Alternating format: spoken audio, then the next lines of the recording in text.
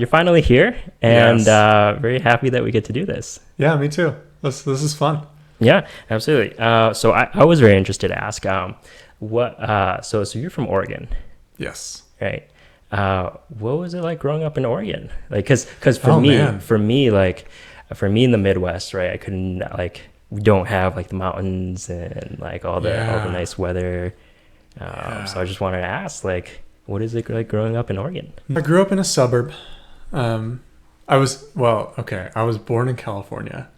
I only lived there for 2 months, so I feel very Oregonian. I've met a couple people who are like, real Oregonian, and that's silly. But um, my family moved up there for my dad's work, um, and but basically where I'm going with this is they rented at one place for a little bit, and then they moved around for a bit, and but we settled into like my childhood home by the time I was 5.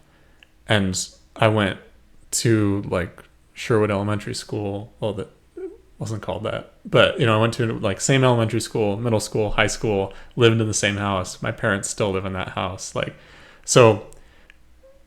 And it was in a suburb in Oregon, and so like it wasn't like I grew up in a Colorado mountain town, Mm-hmm. so. And as a child, especially without context, um, everything was normal. So, but looking back, there were like we do family trips to like places in the Columbia River Gorge, or like when we had family or friends visiting, we'd take them to a random restaurant in the gorge or near Mount Hood, or we'd like go to the Bonneville Dam is one of my favorite places, and like we'd go there as a family a lot, and it felt like an insanely long drive as a kid, but it was probably less than a couple hours. Mm. And you'd go and like look at the salmon. Like there was like a window. They built like you could go into the visitor part of the dam, and they had a window into the like river, and you could see the salmon like swimming upstream, swimming by, and so stuff like that was like there was this appreciation of nature and like the Pacific Northwest ecosystem really built in. So I didn't necessarily, I hated hiking as a kid because it was boring, which is, Interesting. yeah, which is funny now. But so it wasn't like super outdoorsy, but very like looking back, I can see a lot of that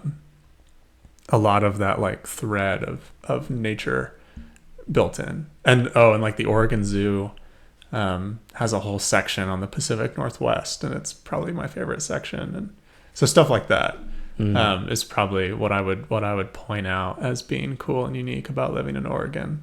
And then I did the backpacking with my dad growing up, but our first backpacking trip was in the Sierra Nevadas in California. Mm. So to go backpacking in Oregon, it's still easier because it is close. Like in some places it's not close. In Colorado, Oregon, it is. But at the same time, you still have to go and do it. So it wasn't like I woke up, backpacking every morning for school, right? Yeah. Um, but at the same time, it was baked in, like not to every day, but to every few months. So yeah, See, yeah, it's stuff like that, right? It's like backpacking, like getting the concept of backpacking when you're yeah. younger. Like not a lot of people have that, and especially like today. I remember a distinct conversation with a friend in high school. We're doing cross country training over the summer, and I told him like I'm going for a backpacking trip next month, and I had to explain to him what backpacking was, and he was like, "That's," he was like, "What? That's cool," and I was like, "Yeah," and he grew up in Oregon too, so yeah, you're right. Like not everyone does it or knows what it is, but yeah, Yeah, and just like a lot of people, growing up in today, like maybe they have a lot more technology in their disposal, and they're just like, oh, like we don't really even go outside, right? Like, what is outside? that's easy to do for me too. Yeah. Yeah. which is scary, right? It's just scary to think about. But like if you are born like out west somewhere, Yeah. you have a lot of more of that at your disposal. And Mm. so like, it's easier for you to go outside. Like it's easier to have an excuse to go outside Yeah. because like because it's not boring, right? It's not like, oh, sidewalks and Yeah. city, right? But Yeah. rather like landscape and mountains and forest, right? And Yeah. that's easier for you to go. Yeah, I think, and even in, I talk about, I grew up in a suburb. Like I didn't grow up in the mountains daily.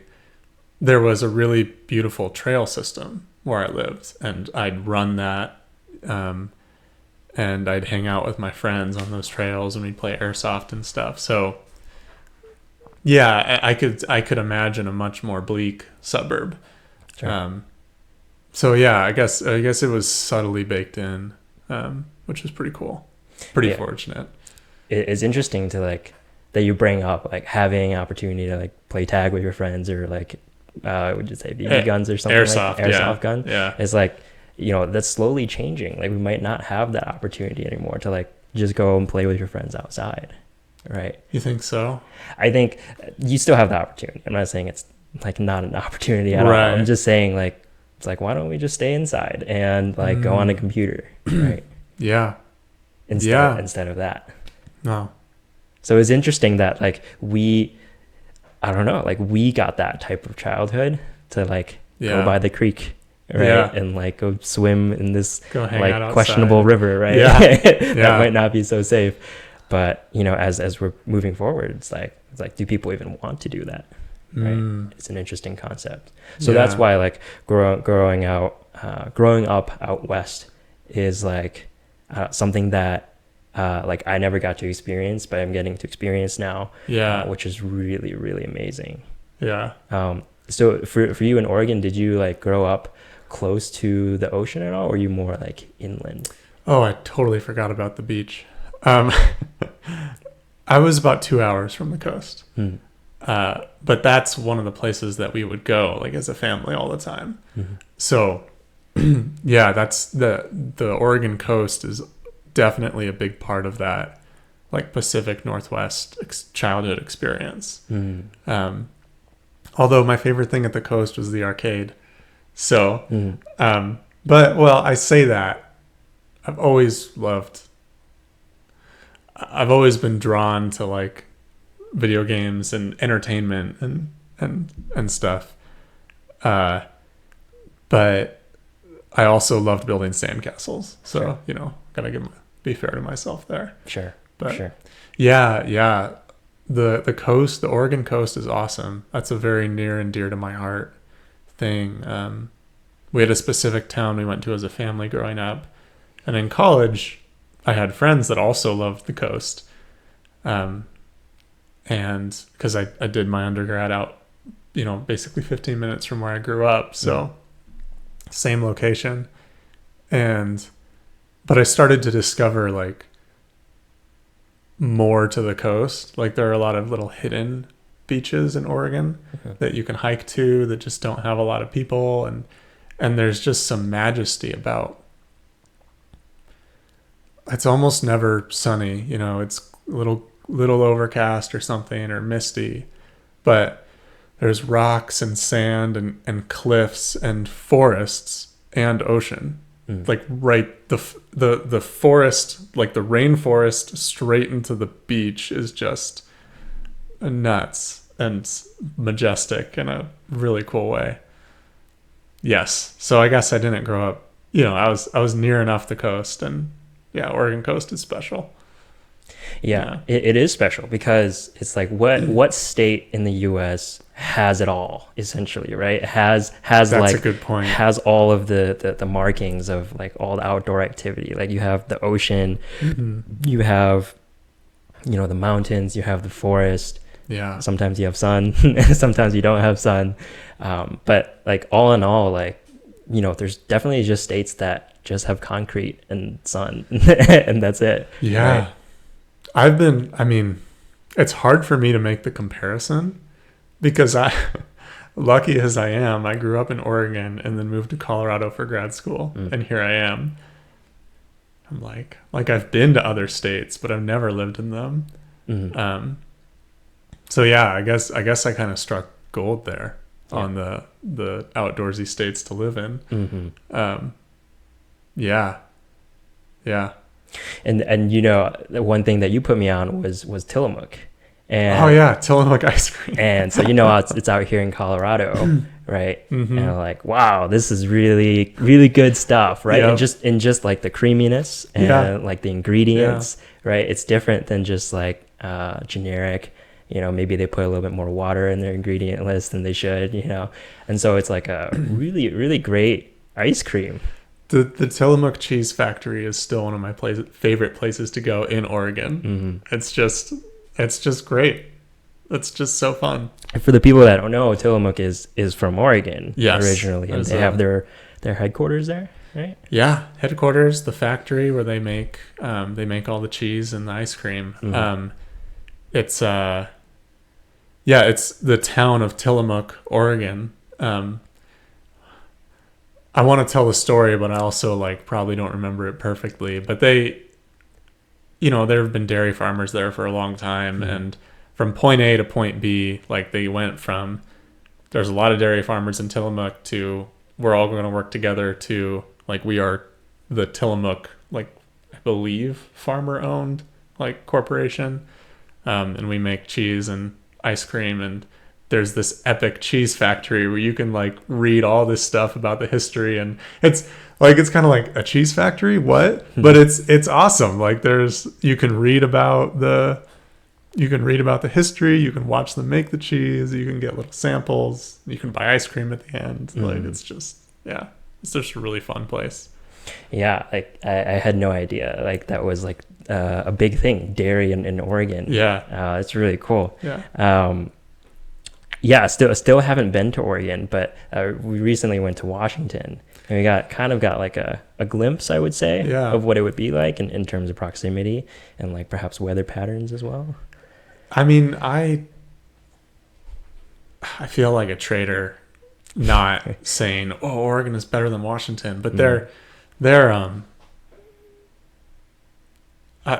both Pacific Northwest. Like I love Washington too. Sure. I gotta admit that. I know you have your bias. It's awesome. I think the Pacific Crest Trail, like goes through Oregon, Washington, California, and the Oregon portions of it. I've kind of experienced this, but also just heard it. Like the Oregon portions of it are more foresty. The Washington portions are more mountainy. My personal preference is mountainy, so like I don't know what to say about that, but yeah, Washington's cool too. I think Seattle is a really fun city, honestly, and the Olympic Peninsula. And I have some very fond memories from college, helping out at a summer camp or a retreat center / summer camp called Quaker Cove, up in a little island above the Olympic Peninsula in Washington. And that place epitomizes to me that magical Pacific Northwest nature like place. And it's not in Oregon, it's in Washington. So, you know, I got to be fair. But yeah. So with like the amount of like the plethora of nature outdoors, I know you said you were into running when you're an undergrad there. Yeah. So were you like a student athlete together, or were you just doing like the athletics on like on the side as a club? I was a student athlete. Oh wow. I was a legit I technically ran for George Fox. Technically. I say technically. I'm relatively injury prone. Okay. So I had a lot of time off being injured. In the world of athletes, I'm not very talented. I might not. The team at George Fox, I've kept up with them a little bit through other alumni. They're a lot better now than they actually were when I was there. And it's a bigger team, and there's more people that want to be on it. I might have not made the cut. Like I might not make the cut if I were trying to be on the team. So that's just how I describe like um,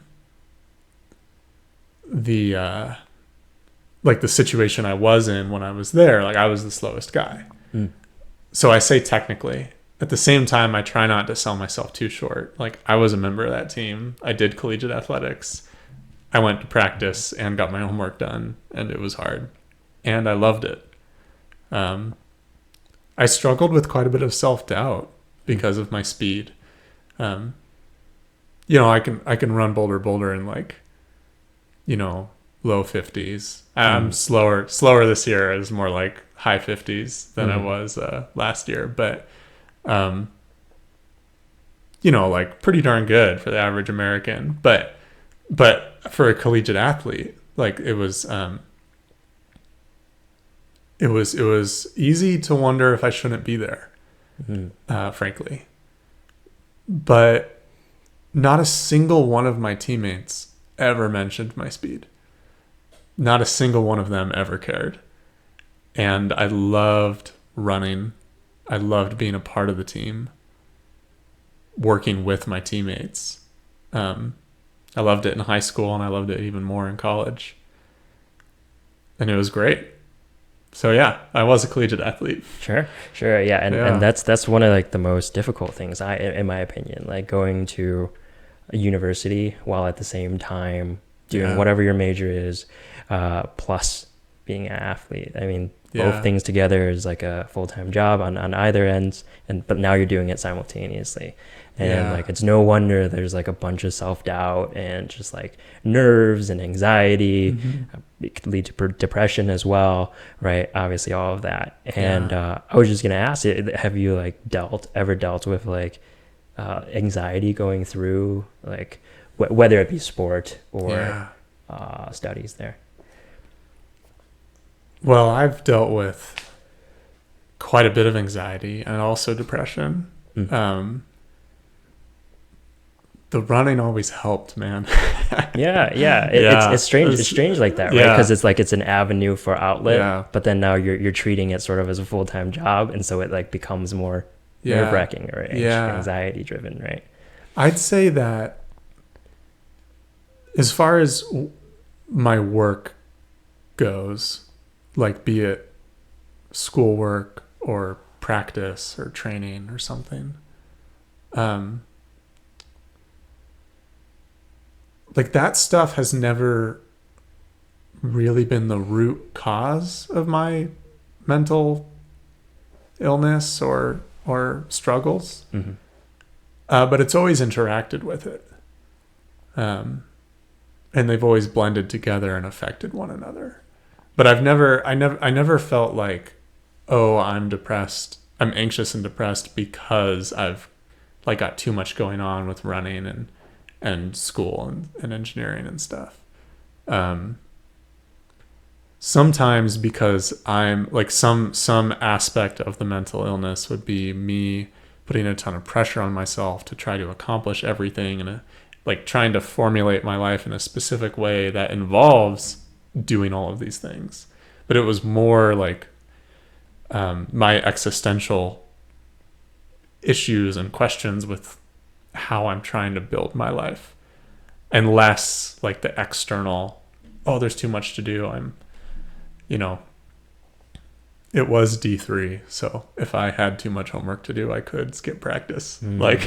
So it wasn't like just the nonstop overwhelm of things on your plate. It wasn't. Yeah. Well, I was super busy. There was always too much to do. Engineering probably contributed more to that than cross country at George Fox. But yeah,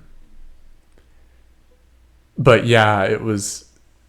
And I would get stressed and anxious and overwhelmed by work or running sometimes. Like I would do that, but on a deep level, like when we get into what I call like the difference between feeling anxious or struggling with anxiety, like that deeper chronic thing, I feel like the deeper chronic thing was never fundamentally caused by the all of the activities. Mm. Although they certainly, like, in busier seasons, it sure did. Like, it sure could get stressful. Mm-hmm. Yeah.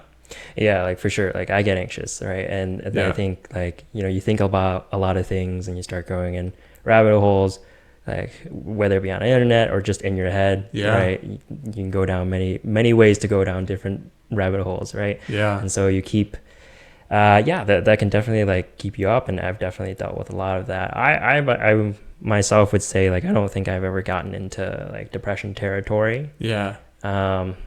Because in my mind, depression is like really deep and it like impacts a lot of factors of your day and in terms of like daily activities and what like you feel like you're doing or like what you don't feel like doing because of this right issue that's going on in your head.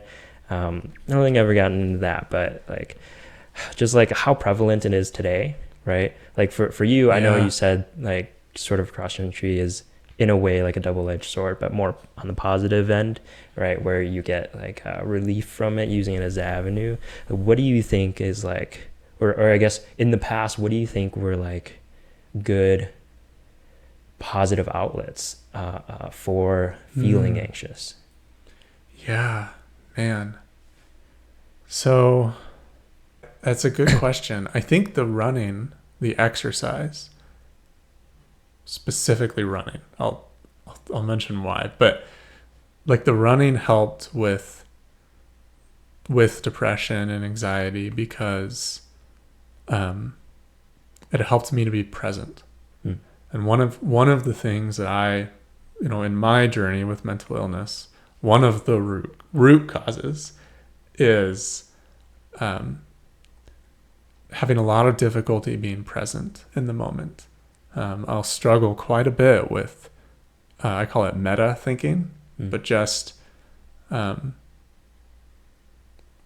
like thinking about what I'm doing instead of doing it, or thinking about how I should be feeling instead of just feeling. And it's the worst because the moment I start doing that, I like really doing that, I am no longer feeling like anything. I'm not there, right? And that's a core aspect of depression. And I'm not a psychologist, but what I understand it to be and what I've experienced it to be like is this disconnect from not so much disconnect from reality, but to some extent a disconnect from reality, but more a disconnect from like the reality of my present existence, of like, I'm not like, that's sad and I don't feel sad, or I know that I should want to eat or get out of bed or go to bed or should want to do anything, but I don't. Like, it's that disconnect from my present reality or existence. Running is like, I'm running right now, and exercise. I mean, like, once again, I'm not a psychologist, but I used to say I'm not a doctor, and I'm like, oh, I can't say that anymore. You can't do that anymore. Yeah, which is kind of fun. But you can still say you're not a medical electrical doctor. Engineering is not what we need here. But yeah, so like, I'm not a psychologist, but like, I know that exercise, like chemically, like depression is a mental, spiritual, physical thing, because we're mental, physical, spiritual beings. Like chemically, exercise like produces chemicals that help you not be depressed. They help you be happy. They help you be present, energetic. So like that helps. But then mentally, there's also this, for me, this very in the zone kind of moment, or I'm very in tune with my legs feel this way, my feet feel this way, my lungs feel this way. The air, when I'm running, I'm often thinking about like how the air feels and tastes coming into my lungs, and how my like different muscles in my legs feel as I push off of the ground and as I land on the ground. And I'm very, very in tune with my body and myself. And I'm very in tune with how I can even be a little meta and be like, oh, I am enjoying this, like think I'm enjoying this moment, but it's very sincere in that moment of running. And so that's one of the reasons our running has helped me so much. And then in addition to the running, just walking has been very helpful, and journaling and meditating or praying, but just trying to sit still. And the running is the easiest because there's the most to it. And the anxiety is very scary to dive into. And depression is very scary. I want to distract myself. I want to scroll on YouTube or Facebook forever and numb myself. In order to actually heal, I have to go into it. And running helps a little bit, but helps a lot. It helps a little bit with like being present to myself, but in a way that adds a lot of stimulus. A walk is like one step down. So there's a lot more space in my mind when I'm walking to dive into what I am feeling. So it's harder, it's scarier mentally, but important and necessary. I can't just run. And then journaling or just sitting still. Like journaling is the next step down. Having the pen and paper helps me not panic, helps my mind not go crazy. But it's very much like it's much less external stimulus and much more going inward and going into going inward where there are the thoughts, whatever thoughts or feelings or past experiences are the cause of the mental illness. It's going much closer to those, which you have to do, which I feel I have to do to in order to address the root cause. Like when you're sick, you have to address the root cause. And if mental illness is an illness, then you have to address the root cause. And then sitting still, like just praying, no pen and paper, no walk, no exercise. That I can't do unless I'm in a pretty good spot. So all, running, like they're all really good. And I think they're all necessary because at my worst moments, I can't just sit still. Like it's agony to just sit still and be quiet with my thoughts in my worst moments. But running's not that hard. Well, mentally. Running's not that hard when I'm really stressed. Once I like finally get myself out the door. But then at the same time, like sitting still with the thoughts or journaling does a lot more work for the root cause. So there's like symptom treatment, and once again, not a psychologist, but for myself, I found there's like symptom treatment and root cause treatment, and they all involve some aspect of getting in tune with like myself and my present reality, and as a Christian, in tune with God. I think that's like the deepest way we can be present in reality is to be in tune with God, connected to God.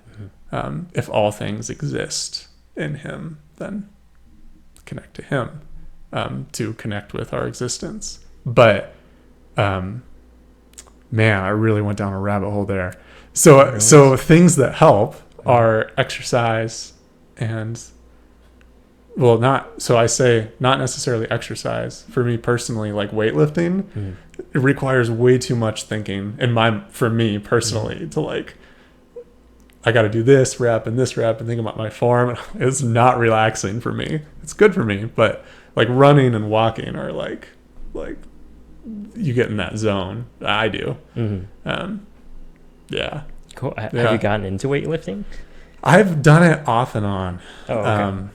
As like supplemental, like for cross country practice, for training, we had weightlifting regimens. I took an intro to weightlifting class as a freshman in high school.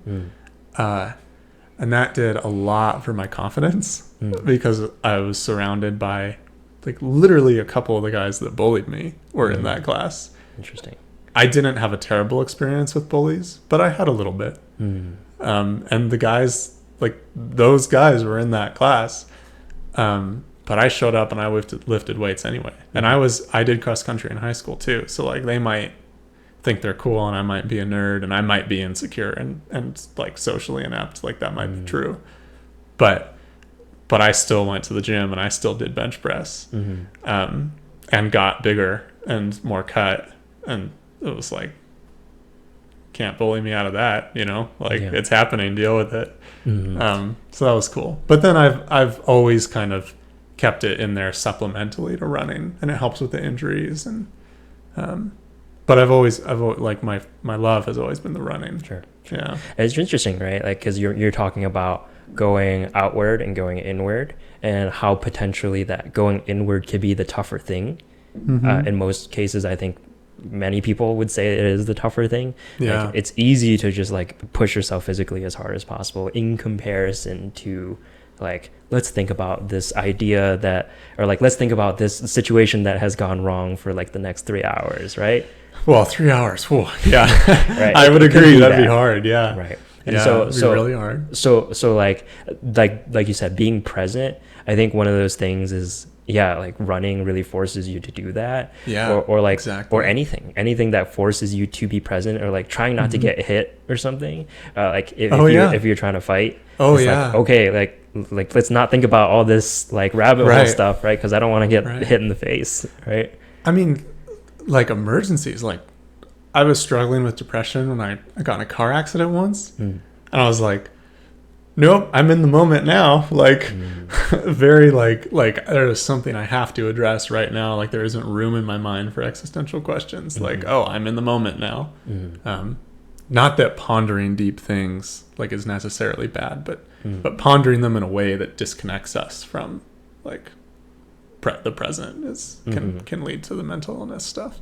But yeah, like, I love that you mentioned a fight. Like, I've never done any boxing or anything, but I can only imagine that would at least be as good as running at, like, I'm here now doing this, like feeling my body, watching my opponent, like, yeah.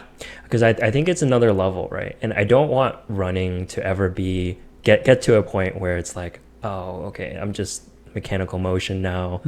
Like, I'm pretty tired, but like, I can still push. And you become a robot when you're running, essentially, and you don't feel anything anymore. Because because what you want, right, is to feel present, right? And if you lose that, which as strange as it does sound, like, if you do run a lot, like, maybe you can lose yourself, and you're just like, oh, okay, like I'm used to it now. Like, my tolerance is like really high right now, and I can just run and still think about things, right? And that, again, that can be a good and bad thing, right? If you give yourself so much time to think. That's interesting. And you have to move up to like the next level of like, okay, I don't want to get hit in the face, right? In order to be present. I'm not sure I've done enough running to actually get to the place where it's completely like takes no thought.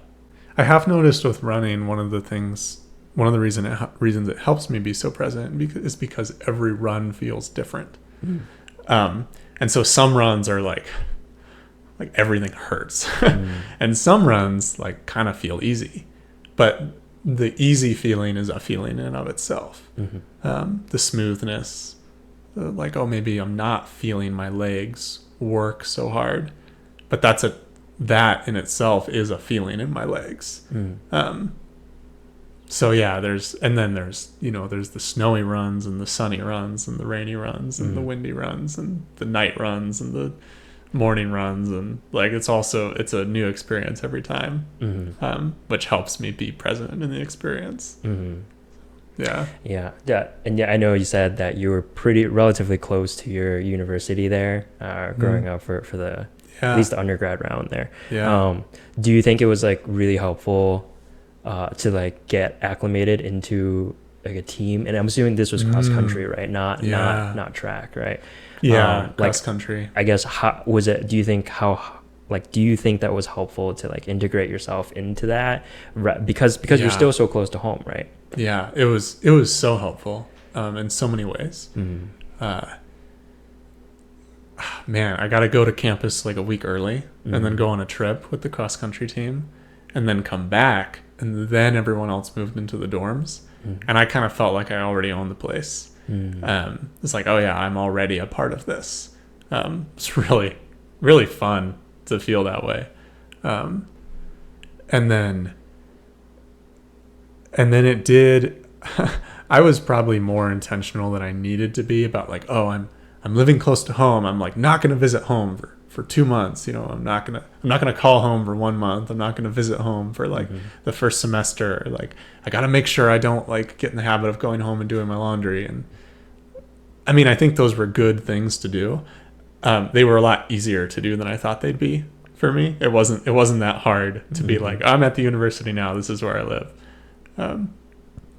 But the cross country team definitely helped me feel like a part of the university, and it gave me a bit of an identity. Really, it was a large part of my identity, which was awesome coming in, and a little bit of a tough adjustment graduating.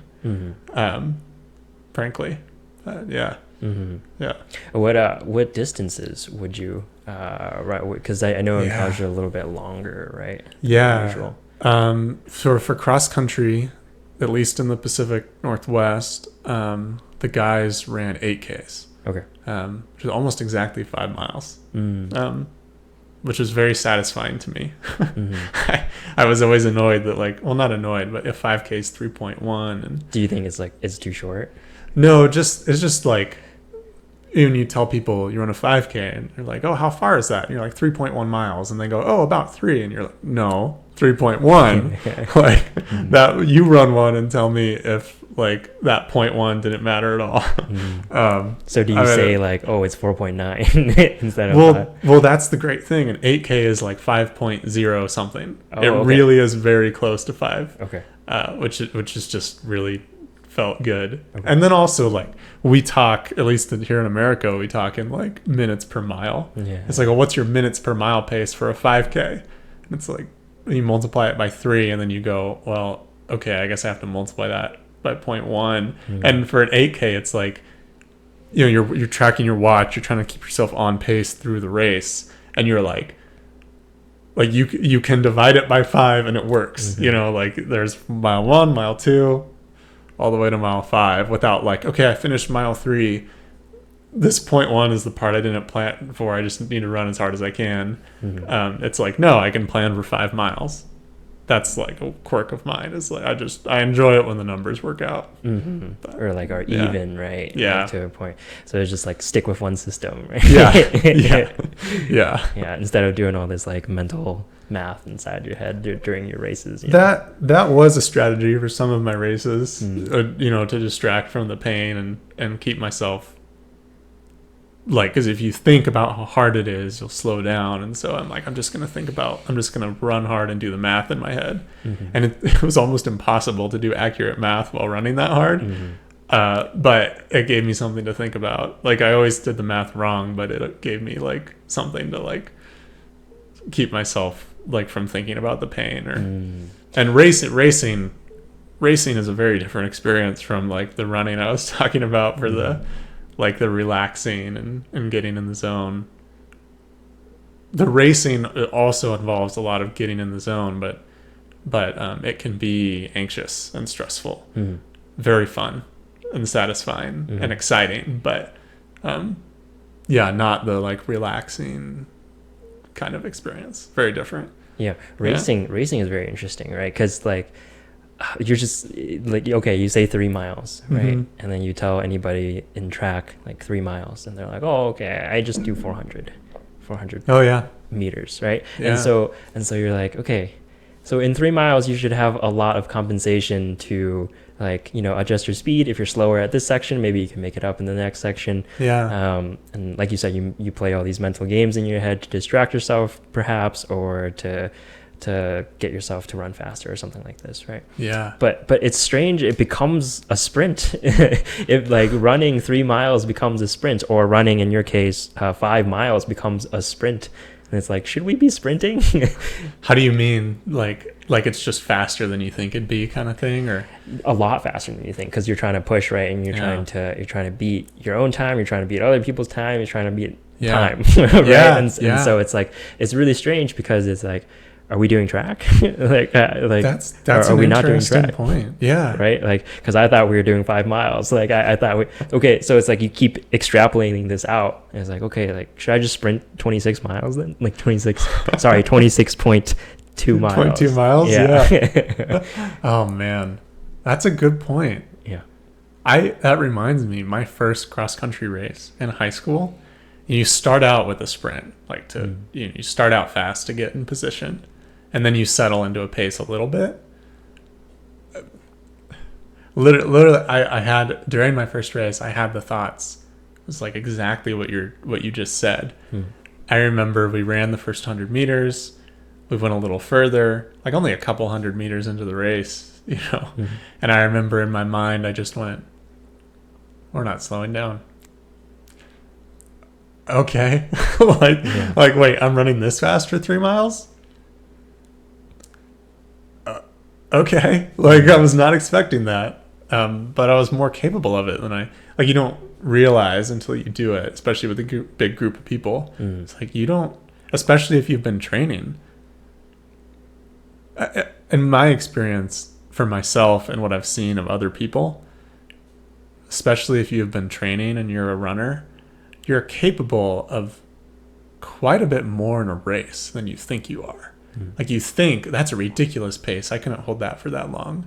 Even talking about the numbers or just the way it feels. Like, you try running a 7-minute mile or something and you're like, well, I couldn't hold that for 3 miles. But then you're in a big group of people all doing it together and you just don't think about mile 3. You think about the moment. You're like, just keep running right now. 3 miles later and you've done it. It's kind of remarkable. And then you go, well, could I have gone faster? Like, that hurt. I'm in agony. That was so hard. But I did something that I didn't think was possible. And that feels good. Could I go faster? Like, how fast can I go? Is it all mental? No. But you start to wonder, like, if it's just about pushing through pain, like, how fast could I go? I don't know. I did a half marathon, the Portland half marathon, I think it was almost a year ago now. A year, and it was in the fall, so like a year and a half. It was probably one of the best races of my life. And I had like nylon plated shoes. I had springy shoes. I went from elevation to sea level. I hadn't trained well for it. This was trail or is this road? Road. Okay. So it's road. It was sea level, roughly sea level. I had, really fast shoes. And I ran like 7:30s. And I'd been like doing a max of 3 miles at a time, like 3 or 4 miles at like 8s or 9s out here. And I started the race and I was like, I'm going too fast. I can't hold this. And I was like, well, what if I just try? 13 miles later, it was like, I did that. Like, my left foot went numb by the end. But yeah, there's a crazy mental game. It's almost not, I don't know, in my experience, it's almost less about pushing and more about not getting scared and not backing off. And it's possible to go out too hard and burn out, but I don't know. Most people don't PR by being cautious. Yeah. You're saying it's surprising to yourself, like, what you're actually capable of, than what your brain sort of lets you on sometimes, like, to be like, oh, this is your limit. Right. And so it's like, like, these distances, right, I think, like, again, it's both physical and mental. You can't just say it's one over the other. But there are times in which, like, mental is like the ingredient that you need at the moment because you're too tired physically, and then there's moments like maybe at the beginning or something, it's like, oh, you're more physical and like you're more fresh and like you don't need as much mental. I like that. And it's like kind of an interplay between the two. I like that. Right? Yeah. And I was gonna ask, like if you ever, like, to push the distances farther, And you kind of just said this now, like you went for a half. Do you ever plan on because like coming to Boulder specifically, you know the type of people here, and they like really like to push the miles. They like to push their bodies. They like to push their brains. In this kind of like 3D, 5D chess or whatever you want to call it, right? And so like, do you ever think about like going longer distances? Yeah. Probably not much further than a half. Like, and I think the things that draw me, I love, when you get up to like 10 miles, that's kind of long enough for me for I haven't run 10 miles in a long time, but like a 10-mile run, especially if you're like just trying to enjoy it, like that's a nice long time to just be, to just feel your feet pound and zone out / zone in a little, and enough distance that you can really get some good scenery and some change of scene and cover some ground and feel like you went somewhere. Like, in my mind, 10 miles is plenty long enough to really have a great experience. And at this point in my life, I think I'm still figuring out what role I want running to play. But to some extent, it is much less of a training thing, much less of having a specific goal I want to accomplish, and much more about experiencing the run itself. Much less about, I'm doing this run to build my body and my mind in this way, and more about, I'm doing this run to run today. I'm doing this run to go for a run. So I don't find myself looking at like, I want to go further. I want to train for a longer race or anything. I'm much more like I just want to go for a run every week. Yeah. Because I just want to run every week. And that sounds like holistically healthier. Yeah. Like way to look at it too, right? Because if you're always about numbers and like gain, or how can I get in a position to where I can do better, right? Like maybe you start going into like a darker mental attitude there, and like what is the sport to you even now, right? I think you can, certainly. Yeah. Yeah. I try not. I think there's a lot to be gained from having a goal and trying to train for it, and making it more of a training thing, and involving the numbers and stuff. But I'd also have myself fallen many times into the trap of losing the joy of the moment of the run because I'm too focused on the training. So there's a delicate balance there. And where I'm at in life right now, like practically, like I'm not a collegiate athlete right now. I've graduated a long time ago. And also mentally, physically, like what I need in life right now, it's just like just enjoying the run for the run is where I'm at. Like that's just where I'm at. Yeah. And you sort of touched on like the community part, like at least within like the running community, how like you kind of feel more in the moment when you have your team with you and you're running at the same time, and you can therefore accomplish a lot more. You're sort of able to like break that mental barrier inside to where is if there wasn't a team around you, right, and you were just by yourself, maybe you would like excel less or like achieve less. Not saying like achieving is what you need to do in running, but just like for your own personal growth within like the running sport, like how much a community does for you. Yeah. Well, when we lived together, we went running together frequently, about every couple weeks or so. I don't know. Yeah. But my runs with you were always my fastest runs in that season. And that half marathon I was talking about, I got started on that quick pace because I started with alumni from George Fox. That kind of got me rolling and got me going quick. And then I just had to, they took off and like sped up, but then I wouldn't have I wouldn't have done that if I hadn't started with them. Um, and so like no matter how hard I try to push myself mentally, I always go harder. I always go faster with other people.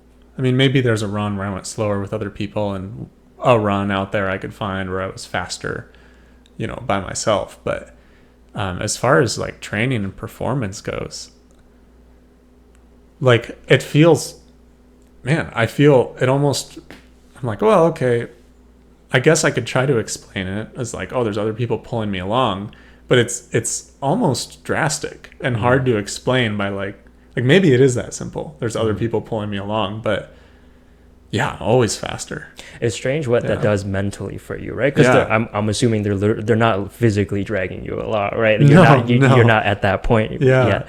But it's like what they drag you along mentally. Yeah. And how you're able to use that and sort of, achieve more, right? Accomplish more.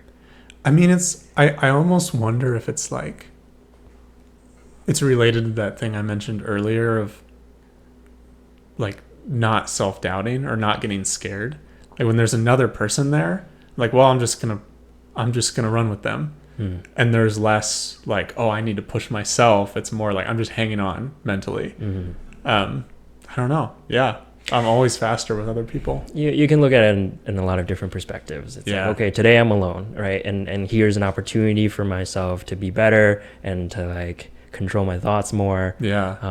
Or like today I'm with people and this is great. Like I'm only focusing on them. They're dragging me along. I'm dragging them along. Everybody's doing better in this way. Right. But like, I think, like learning to deal with both is great. And I think tying it back to sort of like the mental health, like the community, I think is a big part to help, right? Anybody having issues with mental health, right? It's like beyond that, looking inward and like doing physical activity, like again, look sort of in an external source is community, right? And community is different because like you're like the first two things you're listing off, whether it be sport or prayer or journaling, all of those things you're still kind of doing yourself. But whereas like when you get into community, it's like that's when you have people and like you get a soundboard essentially to like talk about your ideas, talk about your accomplishments, your hopes, your doubts, your fears. And it's amazing what a community can do.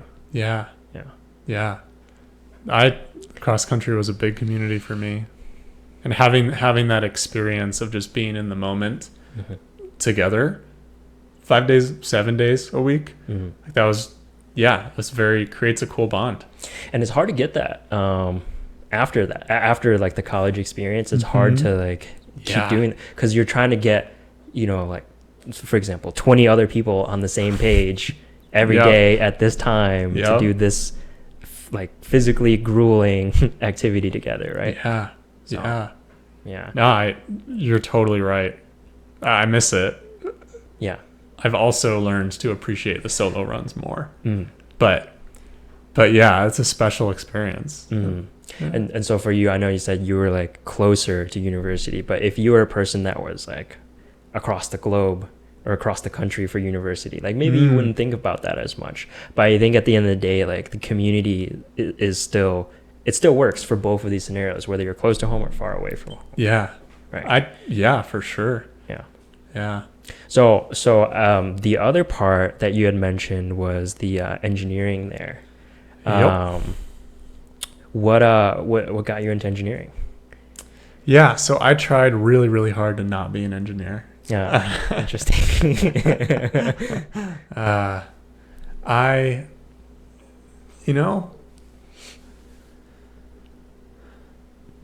Man, let's see. So my dad is an electrical engineer, which is what I am.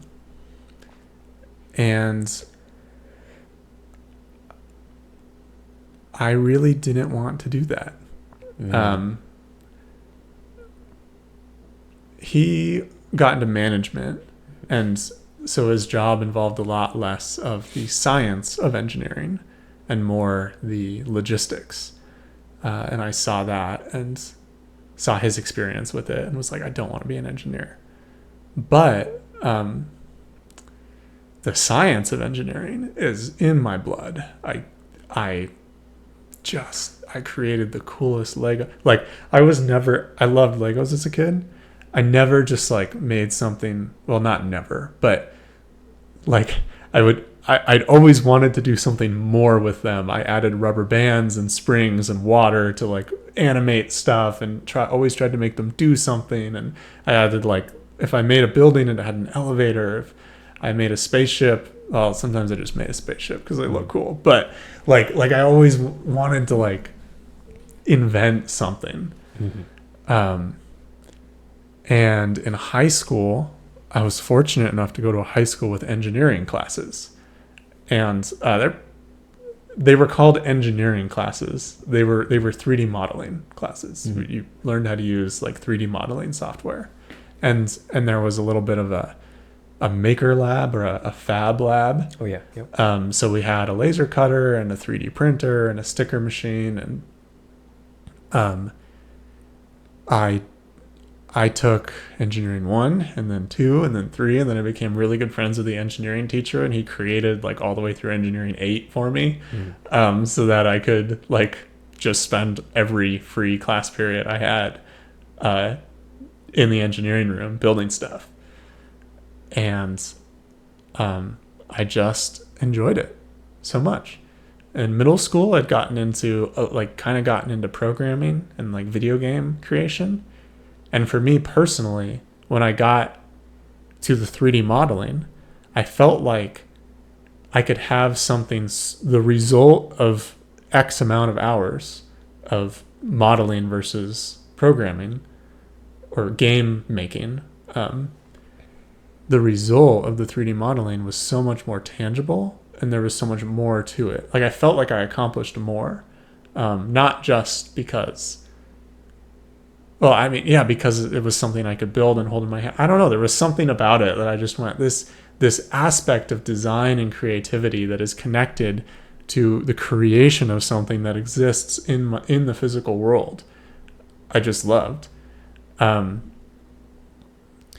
then I went to college and got an engineering degree because I was, and I've always been pretty good at the math and the science too, which helps with the, like, you have to take the math classes in addition to the 3D modeling classes. And yeah, I went to school. I loved building stuff, and I was like, all right, I'm going to get an engineering degree. And I started out mechanical. And then there was something about the electrical engineering that dove into the depths of how things work and what's happening. Like electrons, there's like something deeper there about like what's happening. And to be fair, in mechanical engineering, you can dive deep into anything, right? And there's fluids and mechanical and thermo, and then like you get into material engineering with like the structure of things. You can go deep anywhere. But for me, the options I had at the time, mechanical engineering looked like a lot more 3D modeling, which is super fun. But the electrical engineering classes were going to answer deep questions about like the universe. Not as much as a true like physics or science class would, but it seems like the middle ground between building something and understanding the fundamentals and like diving into the science. And so I went electrical, and then am I still answering the question? Do I go in the direction you want me to go? Okay. I just found it interesting that like you didn't even want to do it. Right. Like the fact that you didn't even want to do it, but it's just like the dabbling around is sort of like, oh, okay, I have to do this now. This is a draw. Seriously. Yeah. And then my other favorite class in high school was AP Physics. I just love physics, man. It's just so cool. But it touches on that other side of like understanding the fundamentals. But at the same time, if you put me in a world that's all physics, I find myself wanting to build something, find myself wanting to design something, not just understand theory. Yeah, exactly. And so, we touched on RF, radio frequency and electromagnetics in undergrad. And I really struggled with the electromagnetics class because it was very, very hard math. And as good as I said I was at the math, I was very busy and very stressed, and it was much easier to focus on just building something than doing the math. And to be fair, it was hard, and I am not Einstein. But it was cool. It was really cool. And I was like, there's more here. Like halfway through undergrad, I was looking at mechanical and electrical, and I was like, there's something in electrical. Like there's room there to dive deeper. And then I went electrical, and then I got to senior year of undergrad, and I saw the RF and electromagnetics, and I was like, there's more here. I can go deeper. And then I ended up at University of Colorado, and the RF and the, like, part of it was I want to learn more about RF and electromagnetics. Part of it was, I think deep down it was that junction of building something and then understanding the depths that I've always sought, even though I have not always understood that that's what I've been seeking. But yeah, I ended up here at CU and did the grad school thing and dove really.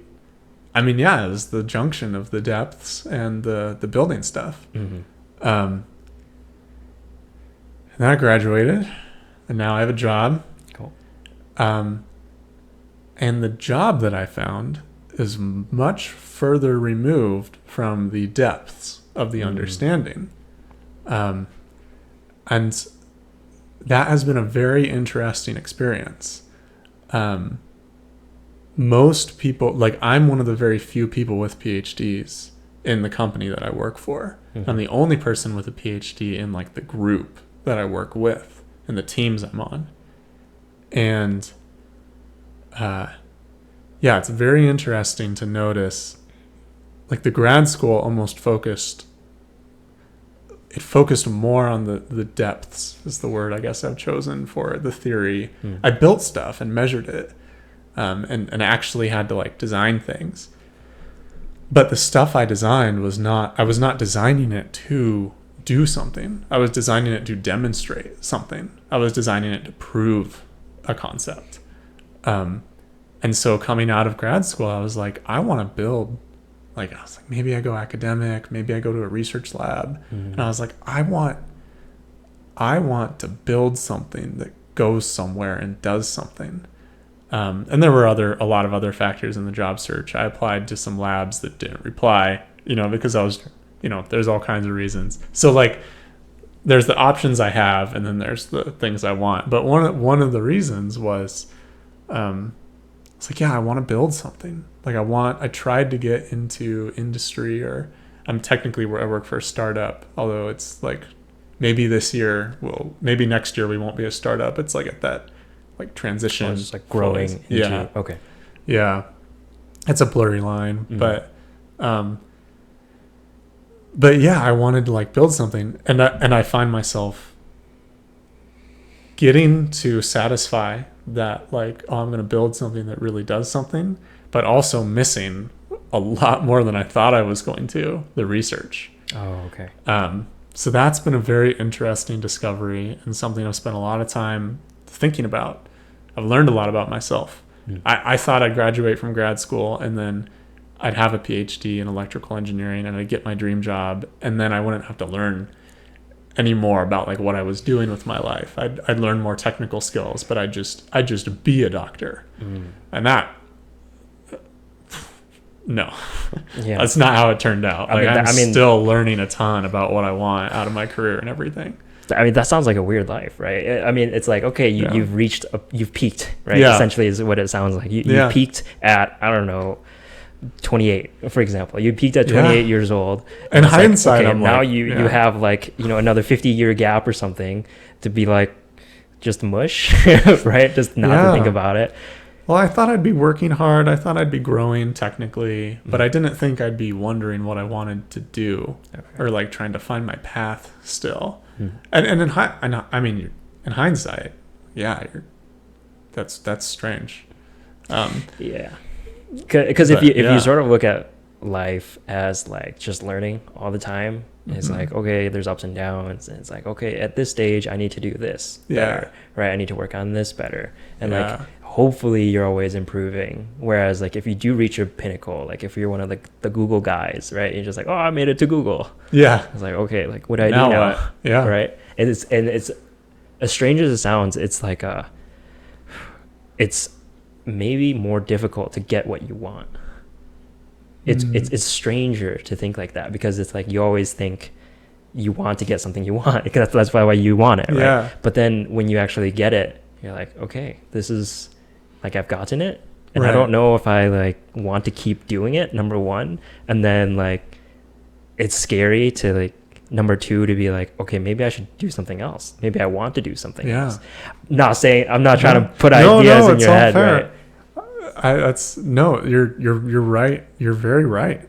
And I know you are an engineer. Well, would you call yourself, you have an engineering degree? I'm passionate about engineering. And I still really like all the concepts to it. But I think like the world is very vast, and there's a lot of things to do. And I like to think as there's a lot of time.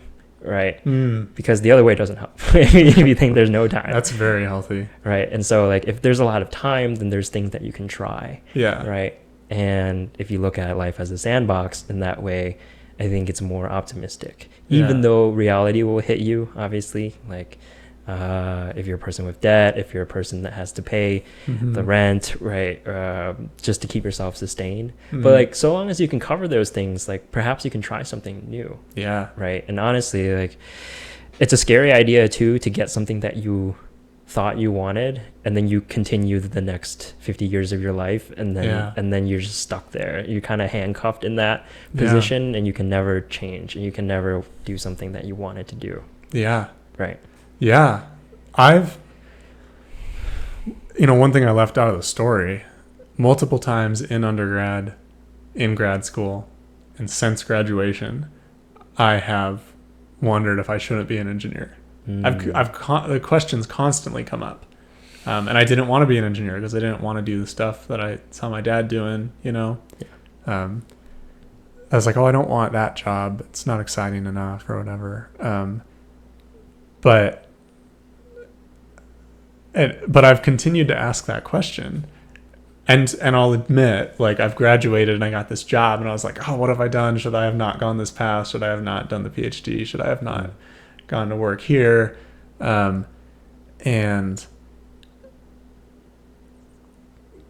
only recently, in this post grad school season of life, have I really been trying to dig into that question in the most holistic way I can.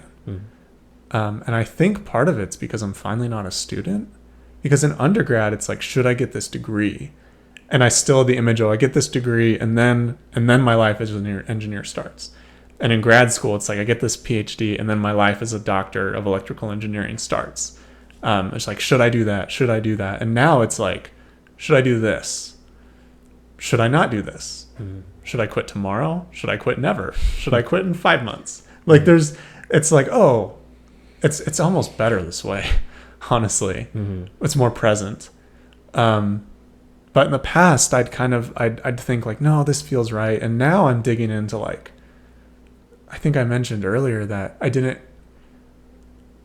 wasn't until recently that I could describe my path, my career path, as like finding the intersection of like designing something and understanding fundamentals, which is like a PhD in electrical engineering is the epitome of that. I'll be careful. I'm not an elitist with my degree or my field, but it wasn't until recently that I understood what I was like searching for in all of those years of career growth. I didn't know like what was driving me and what I was looking for. I just wondered like, oh, I want to like this. I like sometimes I'm enjoying myself and sometimes I'm not. Like, I don't know what I want, but I'm making these decisions about where to go, which works, but it's stressful, especially for someone like me who struggles with anxiety and wonders what they're doing with their life and struggles with the existential questions. Recently, I've been trying to take a much more like just take a deep breath and I journal a lot. I walk a ton. I do a lot more walking than running lately. And just try to be present. I pray about it. I pray about my job. I pray about my future. I pray about my past, and I try to just like, I'm really trying to dig into like, okay, what do I want? Because part of me panics and goes, like, for me, a travel photographer is always like the other option. I have nothing against being a travel photographer, but in my mind, I've idolized it as like that specific thing, as like, oh, I should quit engineering and go be a travel photographer. And I've been trying to dig into, okay, why that? And do I really want that? Do I really want to not be an engineer? And I think right now the answer is actually no for me. I want to be an engineer, and there are imperfections about my current job, and there were imperfections and things that weren't ideal or fully satisfying about my graduate school career. But it's very satisfying to finally dig into the specifics of that instead of just panicking about it. Like, panicking about it has not helped me at all. But digging into the specifics of it, of like, okay, what am I really not enjoying? What do I really want? What direction would I really like to go? Feels so much better than just like, should I not be doing this? Should I do this instead? And I think there's a place for those questions, but not the way that I've used to ask them. Not the panicked, disconnected way. So yeah, and I'm looking back and seeing the journey through engineering. I'm getting better at seeing my current place in the journey, as opposed to like, okay, I got the PhD, I got the job, now we're locked in, this is who I am. It's like, who I am is who I am right now. And I can change, slowly, but I can change in deeper ways or in, more practical, like, career ways, like day by day. That's my pep talk to myself. Saying it out loud, it sounds like I'm doing all of that perfectly. No, this is what I'm trying to do. I'm human. I'm struggling with it, man. But anyway, that's where I find myself lately. Yeah, the identity play is very difficult for a lot of people, right? It's like, oh, okay, I had an identity in this. I had an identity in running. Okay, now we're not doing that anymore. I had an identity in X role. Okay, I'm not doing that anymore. I had an identity as a bachelor, right? Not doing that anymore. And it's like, there's all throughout life, you're just like changing identities, and some are more difficult to change into than others. Some you want to because you think it's like it was a romantic idea in your head and you finally achieved it, and some are like, oh, I didn't want to do that. Like, that was not a positive part, not a positive change, or maybe you just learned something, to be honest, right? But I think I think being stuck is very difficult. Like, being stuck and thinking in one way, because you're always going to think about what you could be doing outside of this, right? Like, I could be doing this. I could be a travel photographer, right? If I wasn't stuck in the office, right? I could be I could have a nice home life if I wasn't a travel photographer, just to play it on the other end. Yeah, right? Because it's like, that's a great point. You're nonstop. You're in Antarctica all of a sudden, right? And you're like, oh man, I wish I had like greenery around me once again, or like trees, or like people. And so it's a strange dynamic that plays, especially for you too, right? Like, if you're young and you don't have as much responsibilities as, say somebody in like the parents' age category would have, where they have like mortgages and kids and families. It's like, it's hard to uproot, and it's hard to like just like, you get an idea in your head and you like completely just like run towards it 100%, which is so easy to do today, right? Because you have social media and you're just like, that's an idea. Oh, they're presenting me with an idea. Let's jump full force, right? Because I don't have responsibilities. Let's go. Yeah. And it's tough to like talk yourself in or out of it. Right. Right. And there's the devil on your shoulder no matter which way you're trying to go. You're like, oh no, I should stay and I shouldn't make that crazy leap. Or it's like, oh no, I should go do something crazy. Like, I'm missing out on life. Like, it's not, there isn't one that's right and one that's wrong, I think. Like, it depends on the moment, and there's like you got to be present with it, and yeah, that's what I'm working through. But yeah, like you can doubt yourself into thinking, oh, I should go do something crazy and change everything, and you can doubt yourself into thinking, oh, I shouldn't, and it's deeper than like one being right and good and healthy and one being like wrong and wrong and foolish or exciting, like whichever way you're looking at it. So, well, it sounds to me like you just want to create, right? And it's just like it doesn't. Well, like you have to enjoy it, obviously, but it's like you just want to create at the end of the day is what it sounds like to me. And then like tell me if I'm wrong, but I think if so long as you get to do that in a way where you feel alignment within you, then I think you're good. I mean, I want to create. I like creating things. I like designing things. I like digging in to questions of physics and science and developing understanding. So there's engineering, there's science, and then I also just love adventure.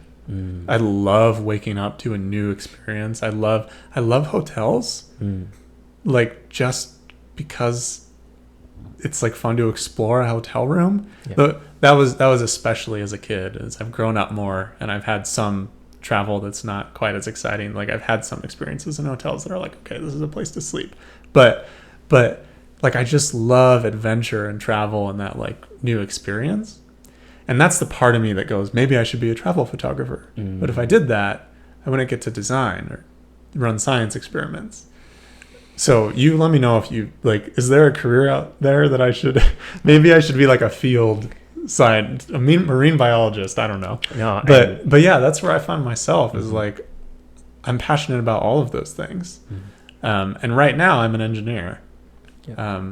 And I'm much more on that designing something side than the scientific side.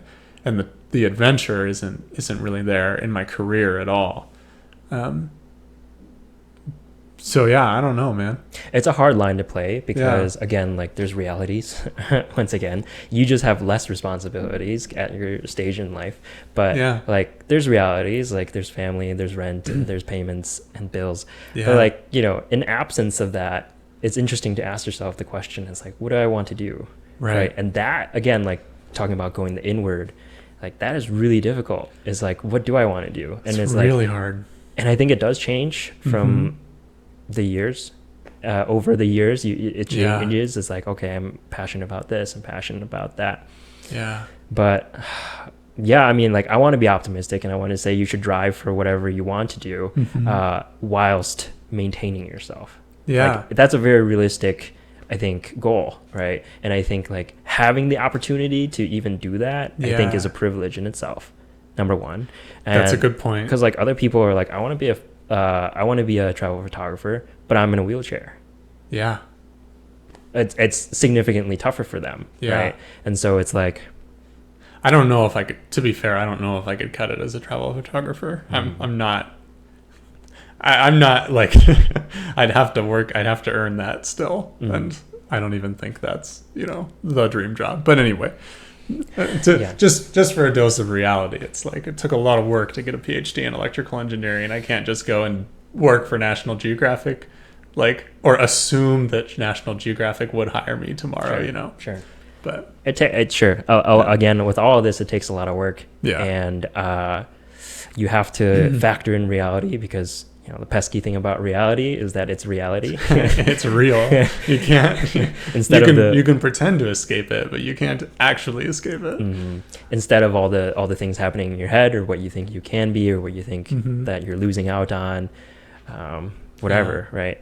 So I think along with like this line of chasing dreams and everything, like when you apply engineering, like what application are you? I guess like what industry do you want to apply engineering to?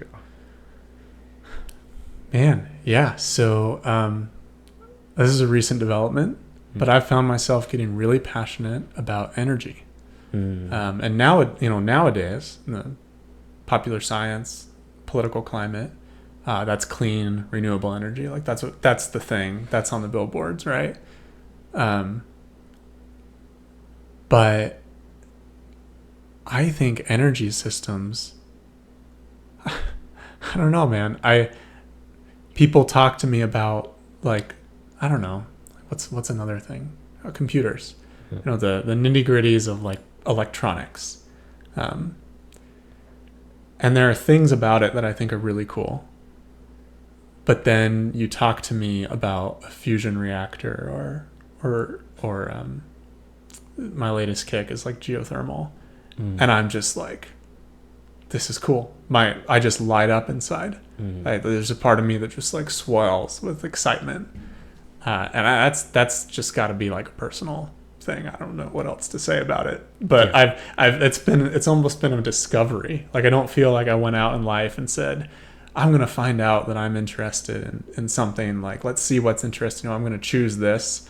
I just found, like, when people talk about energy stuff, I just get excited. I'm like, well, okay, that's real. I wasn't expecting it, but it's there. And right now I work in aerospace, which was the goal. For a long time, I was really into space. And I think I'm really attracted. I think space exploration is awesome. I'm really attracted to the exploration aspect. And like Apollo 13 was one of my favorite movies as a kid. And I love that group of engineers that have to find a way to make like oxygen or filter oxygen for the crew with the limited supplies, and they did it. And I remember looking at the history of space when I was a child, and it was just such a cool, inventive, groundbreaking environment. And so I've been drawn to space. But in reality, what I want is the groundbreaking environment. And that exists in space now, I think. But there's a lot more, like, there's a lot in space now that is also very commercial, and very like, well, we want to build 1,000 of these satellites and provide internet, which is like, it's cool, right? Satellite internet's cool. I don't think it's evil. Maybe if I thought about it more, I would just I'd be careful what I say. Like, it adds a lot of value. I don't know, right? All this stuff. Yeah, sure. Yeah. But I'm like, oh wait, space isn't the magic bullet for that groundbreaking, inventive environment. And groundbreaking and inventive are vague words. Like, the thing I'm designing right now has never been designed before, but things like it have been designed. And so that's a whole spectrum of like, well, is it like, what's groundbreaking, what's inventive, right?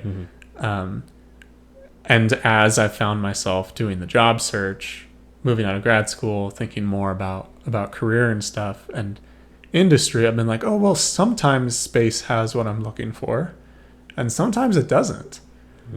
But I keep looking at the geothermal or the fusion or the energy, like even wind, like wave energy is cool. It's just wild, the stuff they're doing. And I look at that stuff and I'm like, for some reason, part of me is really excited about this. Like, I think there's probably groundbreaking and inventive environments that would satisfy me in energy. And there are probably environments that aren't groundbreaking and inventive enough for me. But as far as the industry goes, I've very recently discovered that I'm really excited about energy. Specifically like alternative energy? Yes. Okay. Because I think that's the inventive side of energy. Sure. Yes. And but I also think that just as far as industry goes, I just think energy systems are really cool. Okay. And it's a total personal preference thing. I'm just like, energy systems are cool. And I believe there's like I can do something morally valuable in clean energy. Okay. I hate the way energy has been politicized, but I'm a fan of clean energy, and I'm a fan, and with backpacking and stuff, I'm a fan of clean air and preservation and conservation and stuff. And so I'm like, well, I can contribute to something that I really believe in, but like, that's not the driving factor. I just think it's cool. Like, it's not like, oh, I want to do this because this is my mission in life. I'm like, I want to do this because I just get excited when I look at this stuff. Yeah. Yeah, like in comparison to like just traditional crude and gas and oil. Yeah. Right. The trying to do something healthier for the planet, essentially. Yeah. Well, the traditional energy systems are still cool as energy systems, but they're not cool in that they've already been invented. So they don't involve that like, oh, I'm going to build something that's never been built before excitement. And then they also lack the like, back in the day, I imagine when they were new, there was actually, I mean, I feel like you could say that there was something morally valuable, like providing heat, like making heat and electricity cheaper and more abundant for people through means that are like maybe not good for the planet. But at the time, it's like, well, as a species, as like humans, we didn't used to always be warm. And there are still people that aren't warm, and it's engineering is not the solution to everything. There's social and political and all kinds of stuff that goes into making the world a better place. But nowadays, it's like, okay, well, we have relatively abundant energy. Like, it's not perfect, but like the amount of people that have electricity and heat, like if you have a home and you're not in a terrible financial situation, like you have heat, you can be warm in the winter.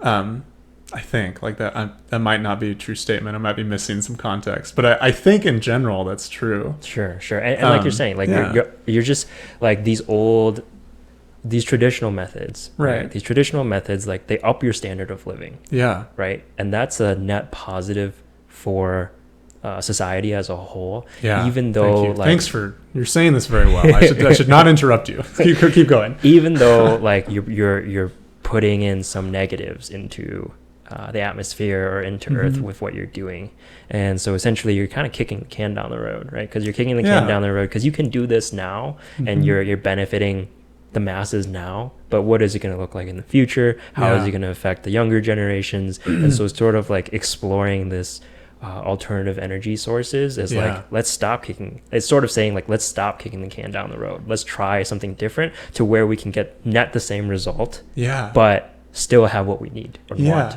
No, exactly. I think that was very well said. Thanks for helping me out. No, honestly, I was like, how do I? Yeah, I think, that's it. Energy's great, I'm glad we have electricity. I think we should always be like, I try to not heat or cool my house too much ever. Like, even though I have it, I don't want to treat it. I want to respect it and appreciate that I have it and not overuse it or abuse it. At the same time, I'm glad I have it. Super glad I have it. So let's not be excessive. Let's not use it in wasteful ways, but let's appreciate it and use it. And let's build like really cool stuff that gives us clean, safe energy, and like preserves our planet, and conserves our resources, and instead of causing damage, and everything's I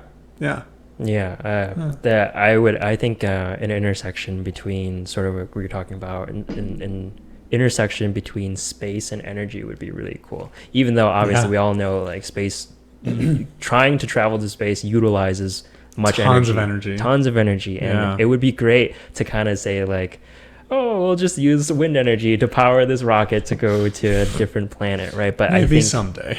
But I think at this moment in time, like you can power smaller scale things, not like a whole rocket. But I think that intersection is really, really interesting, right? Because with space travel, I mean, you know how capital intensive it is, and how resource intensive, how labor intensive.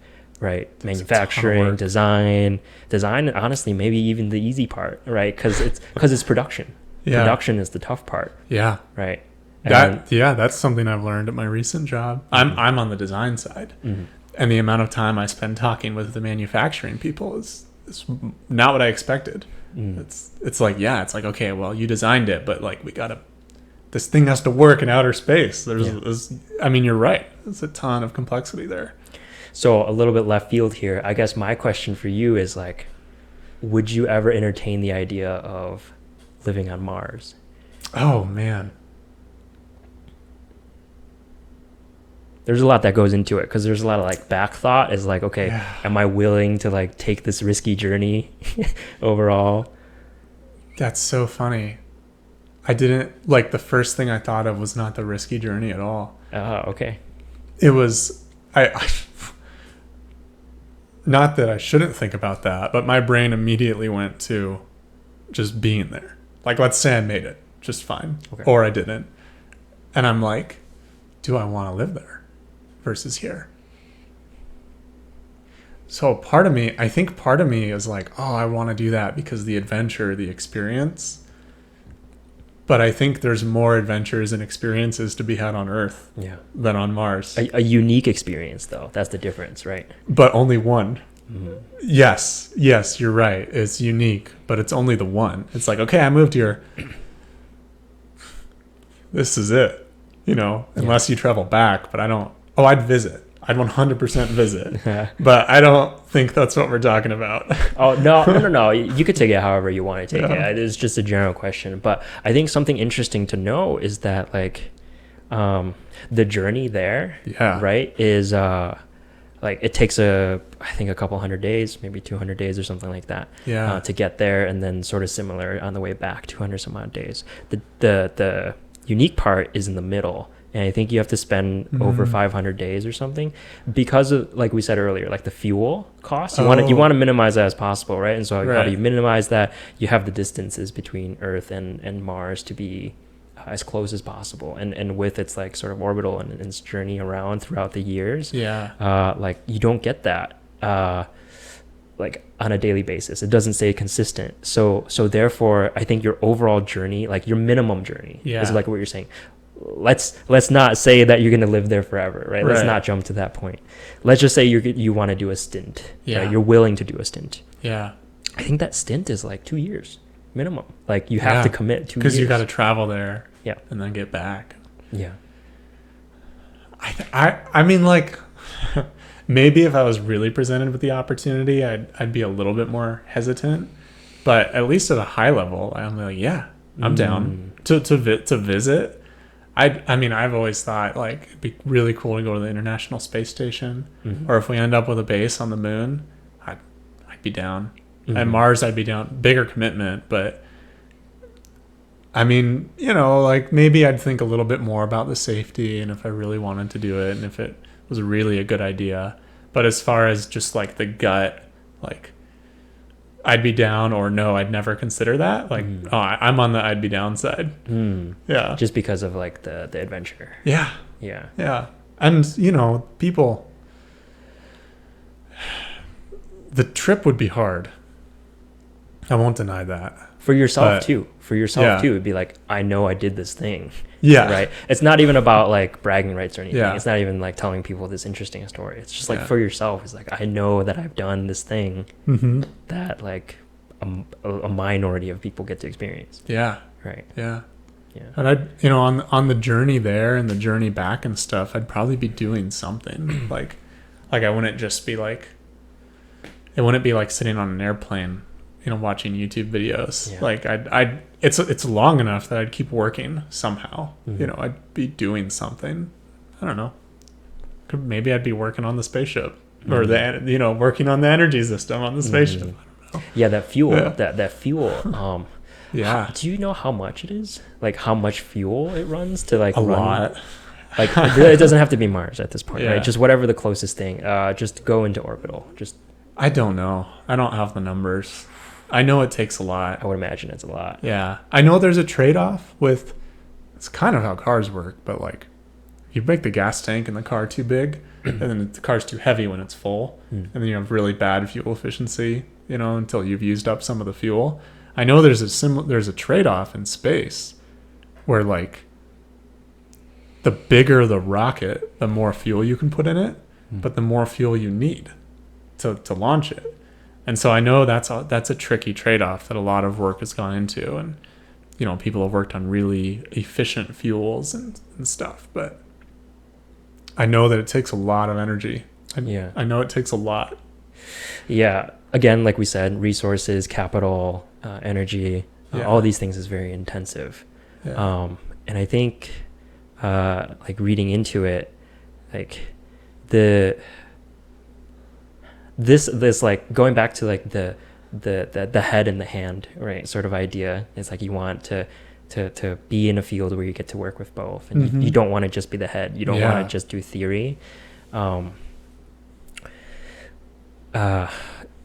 So when you have like this travel like sort of mentality to like go to somewhere that you haven't seen before, like that idea is like, is it even possible, right? Like to do these things, and again with like the cost side, like maybe what we don't need is some like scientific breakthrough to where like we're gonna use this wormhole and we're just gonna like ultrasonic speed past the speed of light to a planet. But rather it's like, how do we reduce the amount of resources that we're consuming, right? And it's like maybe like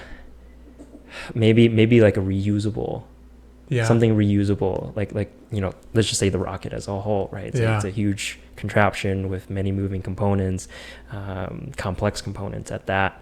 Like how much can we salvage? How much can we reuse? Kind of the SpaceX mentality, right? How do we save costs essentially so we can keep doing more? Right. Efficiency is a huge thing, and an area that I enjoy caring about efficiency rather than like absolute performance, because it's like, oh, I got the rocket. To some extent, like you got to start somewhere. You got to just get a rocket in space. But then it's like, well, how efficiently can I get a rocket in space? That's a cool question. Do you think we need to go to Mars? Oh, that's a great question. I'd say no. It's probably got a bit to do with my religious perspective, but like when I think of needing to go to Mars, the reason I think of is like someday our planet, like something catastrophic will happen to our planet. Either we'll cause it, you know, like the climate change kind of rhetoric is, you know, we're going to kill ourselves, right? I won't state an opinion on that rhetoric, positive or negative. I think I see some stuff it's true there, and some stuff I don't like about how it's politicized. Sure. But and then there's also like, well, what if there's an asteroid, right? Right, because the first one, like what you're saying is like we do something to ourselves as human to human, or asteroid, something external coming in. Right, and galactic cosmic rays, just giant laser beam vaporizes the whole Earth. Like,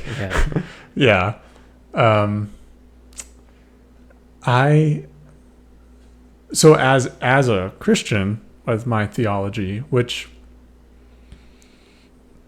you know, my understanding of the end of the world and stuff is that it will come.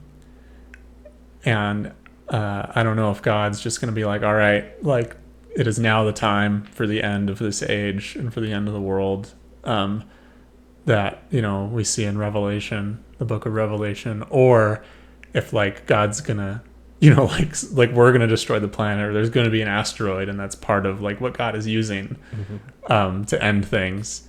But I believe that we should be doing the very best we can to take care of ourselves and our planet and the resources we've been given, and to an extent to preserve ourselves. But I don't think I find myself existentially worried about like the human race is going to end, because I'm like, it is. Like,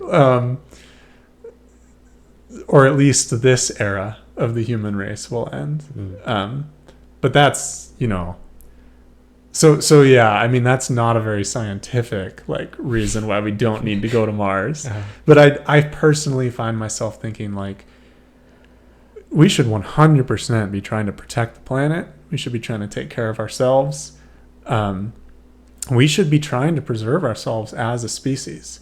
And so there's the DART mission where they hit the asteroid, and like, you know, they're demonstrating how do we protect ourselves from an asteroid. So we're protecting the planet. At the same time, we've got Elon Musk and some other company. Well, Elon Musk is, SpaceX is looking at Mars, but there's other companies looking at moon or just space exploration in general. I think NASA's looking at Mars. Oh, they are too? I think so. Good. Cool. The more people, the better.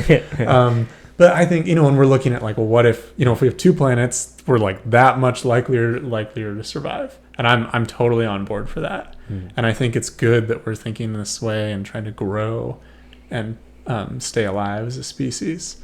And in both ways, I think both are practical. I think abandoning Earth for Mars would be pretty lame. Right. But so I'm like, yeah, we should do that. I also find myself in a very like, it is not.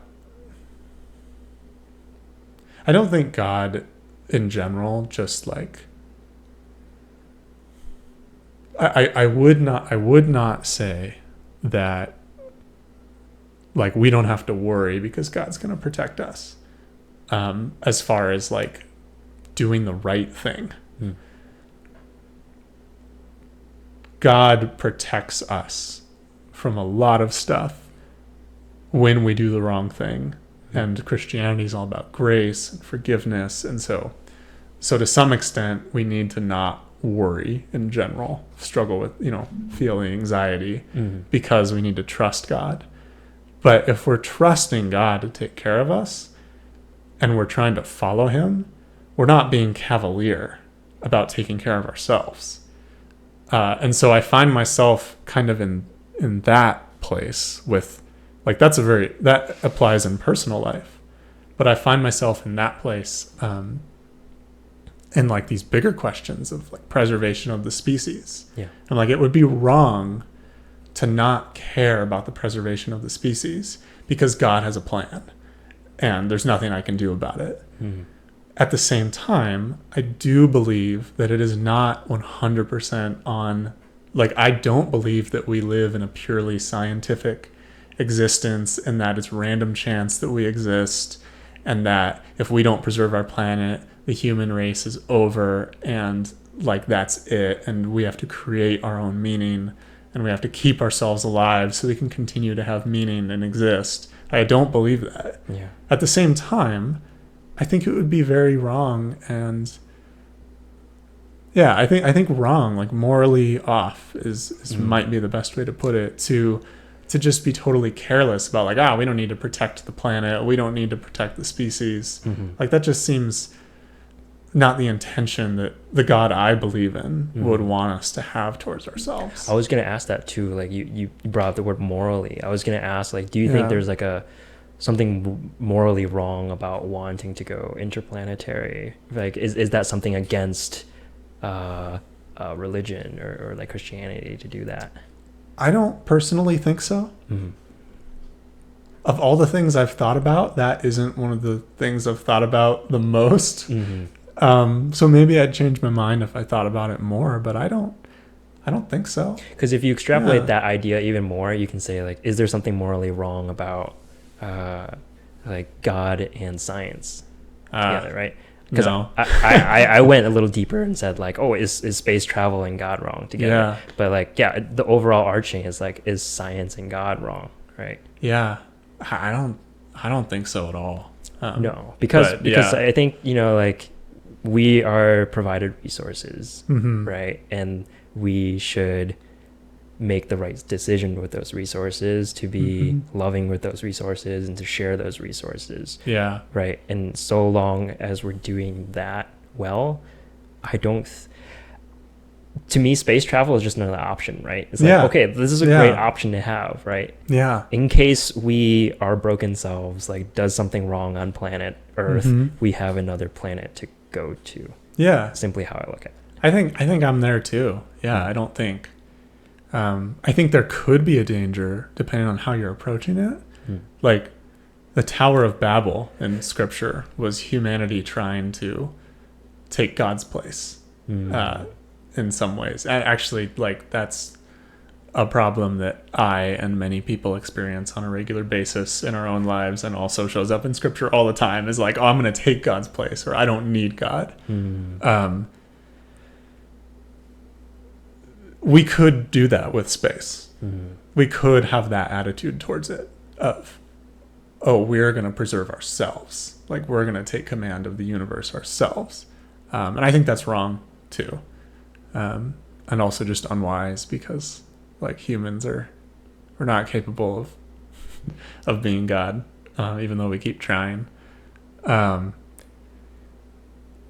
Yeah. So I don't think, but I don't think that the space travel in itself is wrong. I think done right and done with the correct attitude, like the correct attitude is this is exploration of God's creation and mastery of it, which we're actually commanded to do. We're commanded to, like the Bible says, subdue the earth, which seems like a violent word, but like I think that we're like when we build homes to keep people and energy to keep people warm, we're actually doing what God commanded us to do. We're supposed to build and create and make society and try to make it as godly and good and equitable as possible. But I see kind of basically what you said of like it's another option. I think it's another space exploration is another avenue to build and explore God's creation. So yeah, I don't think there's anything wrong with it. With the information I have about it now and the arguments I've heard so far, I haven't been convinced that it's wrong. I think I lean toward it being good. But maybe something I've missed. So would you say that's sort of like the similar attitude that you were going through as you were doing something so STEM heavy, like going through like a STEM-based PhD program? Like, how do you mix that with faith? Yeah. On a fundamental level, it's like, I'm exploring God's creation. And it's much, space exploration is a very big, like I'm going out there and I'm exploring. I was exploring inward and deeper and like getting deep into electromagnetic waves on a circuit board, like really zooming in. But yeah, it's discovery. And I think I can struggle sometimes with trying too hard to make a specific meaning out of it, or going like, oh, I'm gonna make, like when I try to think too hard about how am I serving God with this research, I can muck it up a little bit in my head, or like, or like mess it up for myself, or as go back to some anxiety and depression causes of like existential questions about like what's the meaning of this. Once again, I'm not perfect and I don't do this every day, but I think the right attitude, which I had sometimes, was every day to say like, okay, God, what do you have for me today? And as a graduate student, that most days involve going to the lab and doing my research, and then just going and just enjoying the research for research. And like having that attitude of like, I'm doing this for God. I am going to ask in my life in general, what direction, how can I serve God with my life? Like, I think that's important. But I also think it's important, perhaps more important, to be in tune with God in our daily lives, rather than trying to figure out formulaically how to follow him in a grand way. I personally think that if we try to be in tune with him in our daily lives, he will guide us in ways that we don't see coming to serve him with our whole lives. And so what I mean by that is like with electrical engineering in graduate school, I think the healthy perspective would be to go into the lab saying like, okay, I'm like, God, what do you like? I want to do this for you. I want to be connected to you today. I want to pray. Like I want to flow in and out of prayer with my thoughts, to constantly be seeking, how can I be more like you? How can I be more true, honest, good, uplifting? How can I fight corruption, selfishness, all sin, all the negative things that aren't good for me or the people around me.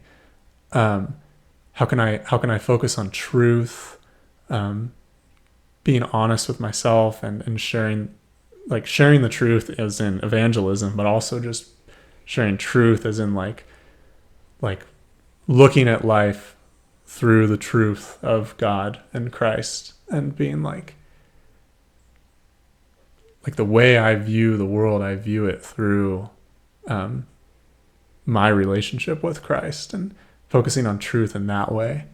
And like taking all that as like the foundation, and then just doing engineering and seeing where God takes it, and not trying, well, sometimes trying to say, how can I design something that specifically does good, serves God, makes the world a better place, like is morally, religiously like valuable. But also just saying like, God, you are in everything, and I want to be in touch with you. I want to be listening to you, what you want me to do today. And I am going to take the engineer that you made me to be and just do engineering and see where God takes it. And in that, like, you know, discovering things and building things is like godly, I think, at its, I think to some extent it's neutral. Like, you know, you can build things that are evil and you can build things that are good, but at a fundamental level, I think building things is meant to be good. Like, it's when you're building things that are evil, it's corrupted, it's twisted from its true nature.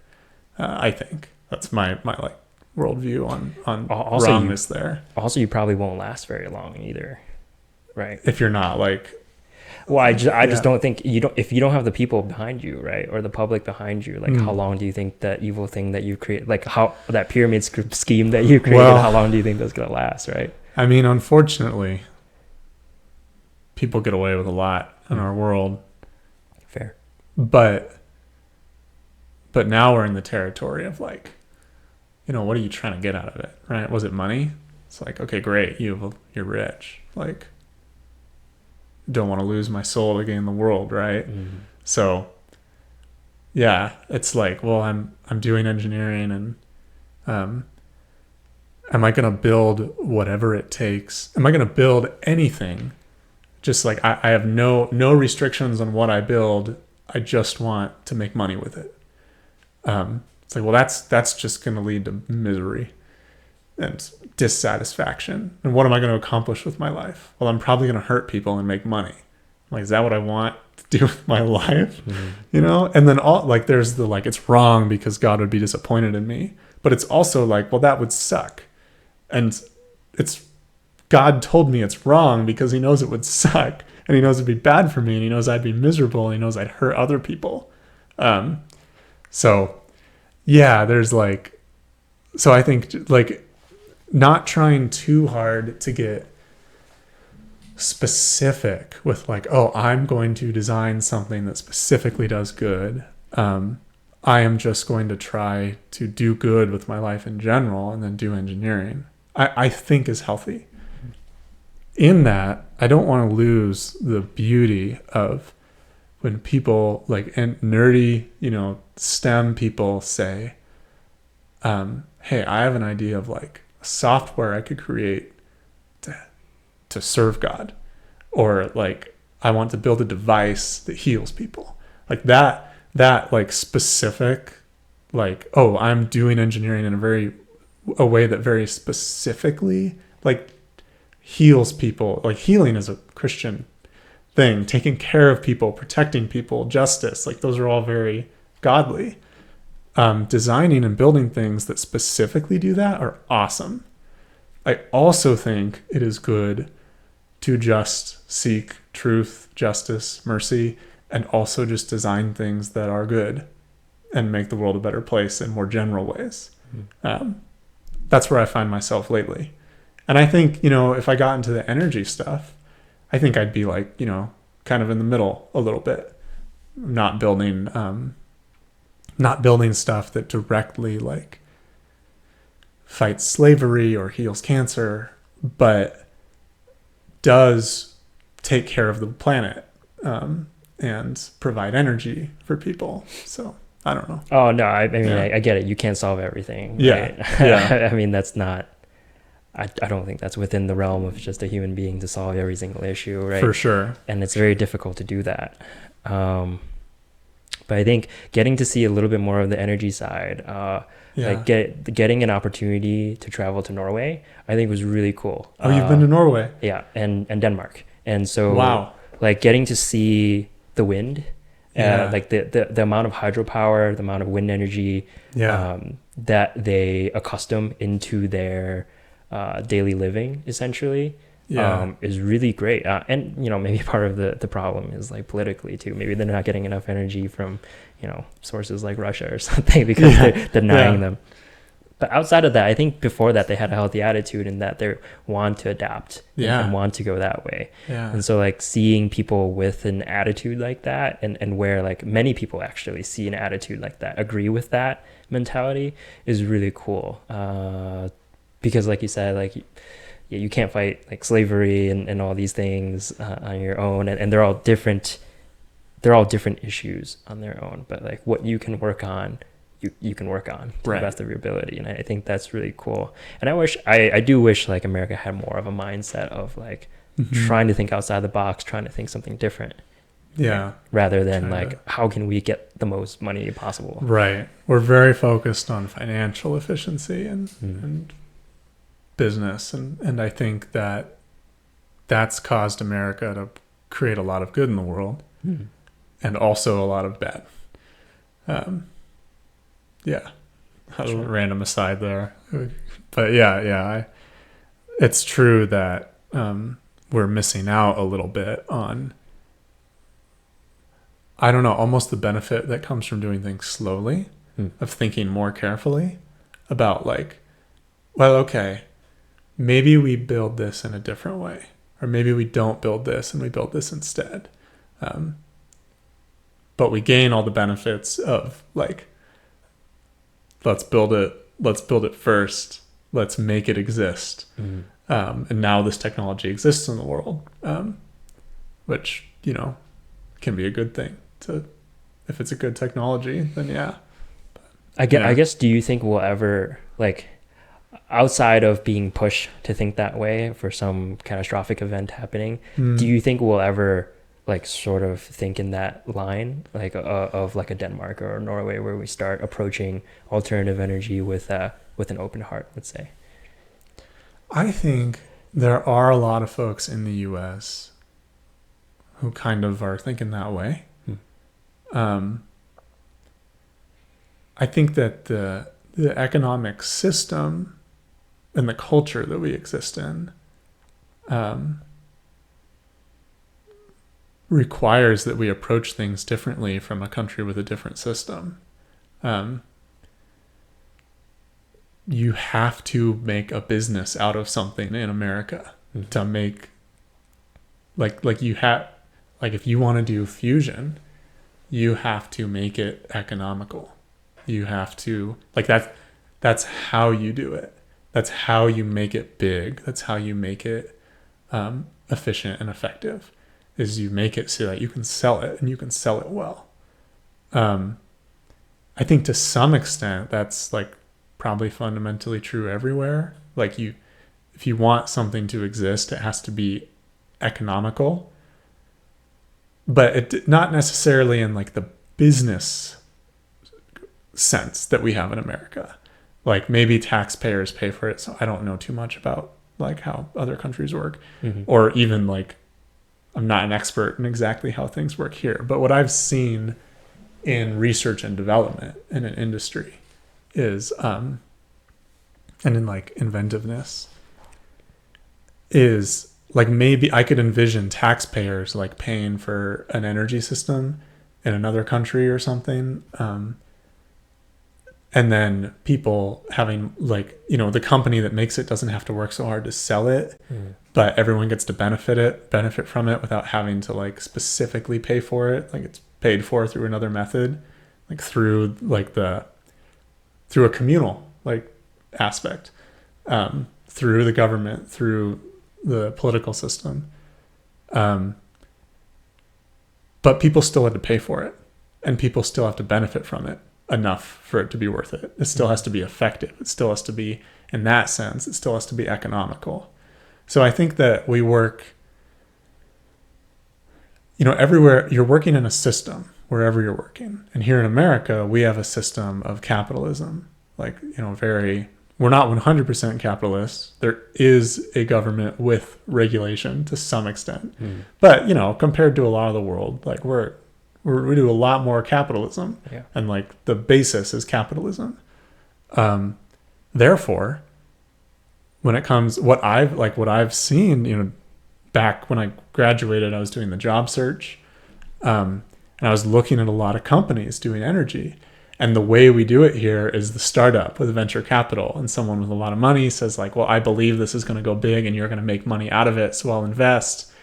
And I met a lot of, I met and learned about a lot of people who deeply cared about what they were doing in a moral way of this is good for the planet. But the way we make it real is through business in America. We'd have to make it economical no matter where we were. You got to make it realistic. You got to make it effective. You got to make it serve its purpose and not everything. You have to pay for it somehow, whether it's through business or through the government or whatever. So it has to be economical. But here, the way we test that out, and the system is not perfect, but the system that we have is you have to make it economical through business. You have to make something that somebody, a private entity, either a corporation or an individual, not the government. Sometimes the government subsidizes things, but in general, you need someone to want to buy it. That's how you test whether or not your idea is economical. And it's super broken because people have, it's opinionated. It's not objective. But that's the system we've got. And so I see it as just a different way of doing things with its pros and with its cons. Full disclosure, it's there's a lot of things that aren't ideal about it. And then there are some things that work better here. And as far as becoming like other countries, I guess it's theoretically possible. Our country's only 300 some years old. It's not that old. So maybe we'll change a lot, but I think that kind of change where we're actually working in a different system, I think that happens very slowly. Very, very slowly. So I would guess not in my lifetime. But I'm not an economist. Sure. So I don't know.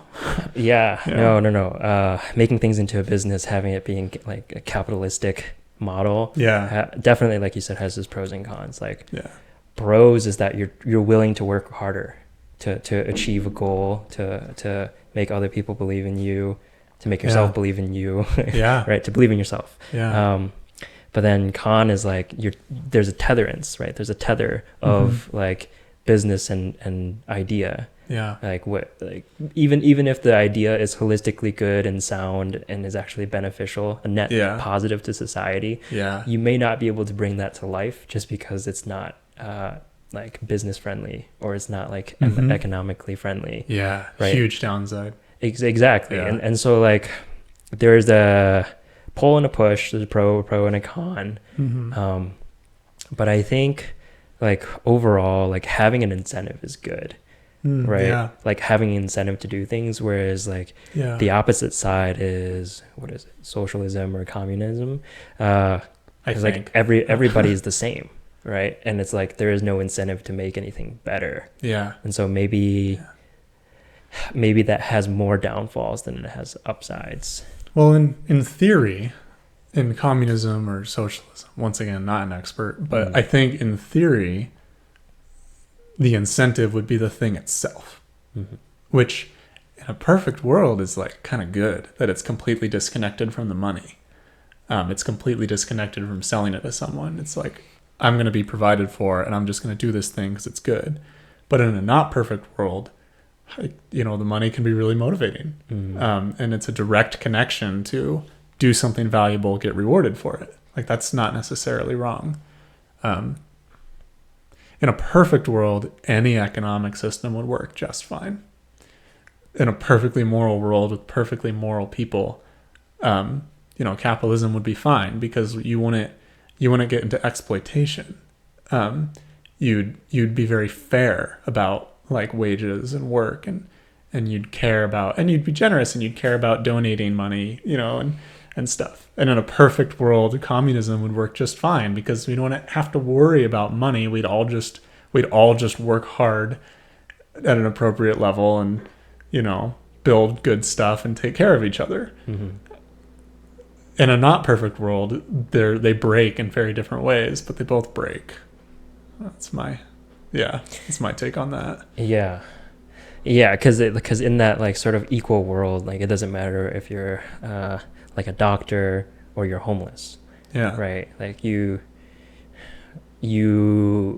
share the resources fairly in a way that's distributed correctly, and everybody is doing well. Yeah. And so like ideally it doesn't matter, right? But in the world that we live in, it is broken, and you have to have something, and that's where like that incentive concept comes in. Is like, do you even want an incentive? Like, is the concept of having an incentive important to you, or is it not, right? Because it's like we kind of go back to like the SpaceX thing and the space exploration, right? We were just talking about this earlier. Is like, it was something in my mind, space exploration is very noble, right? And obviously I understand in other people's mind maybe it isn't, right? Maybe they don't care about it. Maybe they think it's actually immoral to do so because you're spending a lot of resources. And so my thought was like, what if we just didn't even tether money to space exploration, right? But here's reality again, pesky reality coming back in, is that to get into space exploration, you're expending a lot of resources and capital and energy and labor that is very real. And so therefore you need a way to kind of allocate those resources efficiently. And that like you unfortunately you can't do it without money. Even though that thing is very noble, like space exploration. And you can replace space exploration with anything, right? You could just be like solar energy, right? Very noble, right? But unfortunately there's real capital, labor, all these things that go into it, and that you can't get away from money. That's very well said, because it like I work in an aerospace company right now, and I like to eat. It's like, if this is what I'm doing with my work, I need to get paid for it somehow. And we can talk about wages not being fair, or being excessive, or not enough, or inflation or whatever. But like at the end of the day, there's a bunch of human beings like me who go into making a spaceship, and they got to eat. So you got to pay them. So you need money to make a spaceship. Like, I don't know. Like, you said it well, but it's like you can't just make something out of nothing. Unless you're God, but that's not. And that's sort of the problem with inflation, right? Is you are making something out of nothing in terms of like printing. Like just printing more money and diluting like into the market, right? It's like you're not there's no backbone to it. There's no actual production. There's no actual services. You're just kind of like throwing more money into the market, right? And so that's sort of the idea, is like you're getting something for nothing. That's a really good connection. That's exactly. And so like, in a way, like we talk about how like these space companies like NASA, right? And, they are spending real capital on projects and getting people's labor. But are they really? Like, if it's subsidized by the government, like I know, I'm not sure SpaceX is, but I think NASA is definitely sponsored and subsidized by the government. So it's like, okay, when you subsidize NASA, what does that mean? Like, what does subsidization mean from a government? Is it printed money? Is it taxpayer money that goes into it? And so like, essentially, is it actually free actually to fund the space mission? I'd say no, it's definitely not free. That's interesting. or at least partially free. Now that now that you mention, you said, is it printing money or is it taxpayer money? Mm. And I realized when you said that, taxpayer money is okay. The people are paying for this. Mm. But if you're printing the money, the people are paying for it too. Yes. Because yes. you make money and then you dilute the value of all the other money. Mm-hmm. So it's at a really surface level, it's almost the same thing. Yeah. It's taxation both ways. Yeah. Right. Yeah. Yeah. Oh, that's interesting. But yeah, it's not free because you gotta, the people that make the spaceship have to eat. Yeah. Yeah. Yeah. Yeah. Well, moving from that, I want to ask, Sure. like, have you heard of X instead of Twitter? Yeah. I heard Have of you that. heard about that? The dude's obsessed with the letter X. Yeah. It's in his kid's name. I thought SpaceX meant space exploration. Yeah. Is that right, or is it just X? I had assumed that too, but I don't know. Okay. Or maybe it's just X, but like convenient play on words. I'm actually not sure. Mm-hmm. But I know the dude, like when he first made PayPal, or the thing that turned into PayPal, I think he called it X. Mm. I was reading about the Twitter to X rebranding. Yeah. Like, what do you think about that? Because it's like, I don't know how many years, like many years of branding for this like bird logo, and you say tweet. Tweet has become like a common vocabulary between people. It's like Band-Aid or Kleenex. I'm gonna tweet it. I'm gonna tweet this out, or don't tweet this out. That's crazy, right? Yeah. But now it's like, am I gonna say I'm gonna X? I'm gonna exit out? I don't know. Yeah, it doesn't ring the same, does it? No. I have no, dude. Personally, I can't tell if Elon Musk has some brilliant plan with Twitter that like I can't see. And it's like some of the most, like, between saying he's going to buy it and then pretending he's going to back out and then jumping in and actually buying it before anyone could stop him, and then firing a bunch of people and then rebranding. And I don't know if he's like, if it's like 10 levels ahead chess, or if it's just like he just hated Twitter and wanted to make it his own. Like I have no idea what's going on there. I'm confused, honestly. Do you think there was a hiccup on like free speech though? Like because it's a huge free speech, or it's a huge speech platform on its own, and maybe that one can think that prior to the takeover that there wasn't allowed a lot of free speech to the degree that we want it to be. And it's sort of similar with YouTube too, right? Like with YouTube, there's a lot of censorship and there's a lot of things you can't say. Maybe you can't swear for like the first 2 minutes or something, right? And in terms of like monetization purposes, right? And so it all kind of comes back to like speech and like the level of freedom that you have with speech. Yeah, I think there is an argument to be made for like a zero censorship Twitter for the sake of free speech. I also really, really find myself sympathetic and understanding to like, that's a terrible idea. At the same time, I'm kind of like, well, you start censoring one thing and that gets dangerous. I personally, kind of like I said, I can't tell if Elon Musk is like has a great plan here and he's like, I care about this free speech thing and like this is my goal with Twitter, or if it's like not that well thought out. I want to believe it's well thought out, but I don't see I don't see it yet. I don't see like exactly. I mean, I kind of see it. Like he's trying to create Twitter into an everything. Service, like you think that's why it's called X? Like, well, like everything.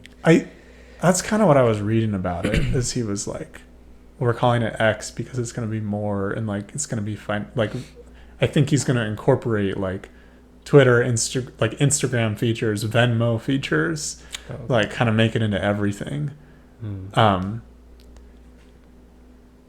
At the same time, I'm like, you should put your energy into building spaceships. Those are cooler, man.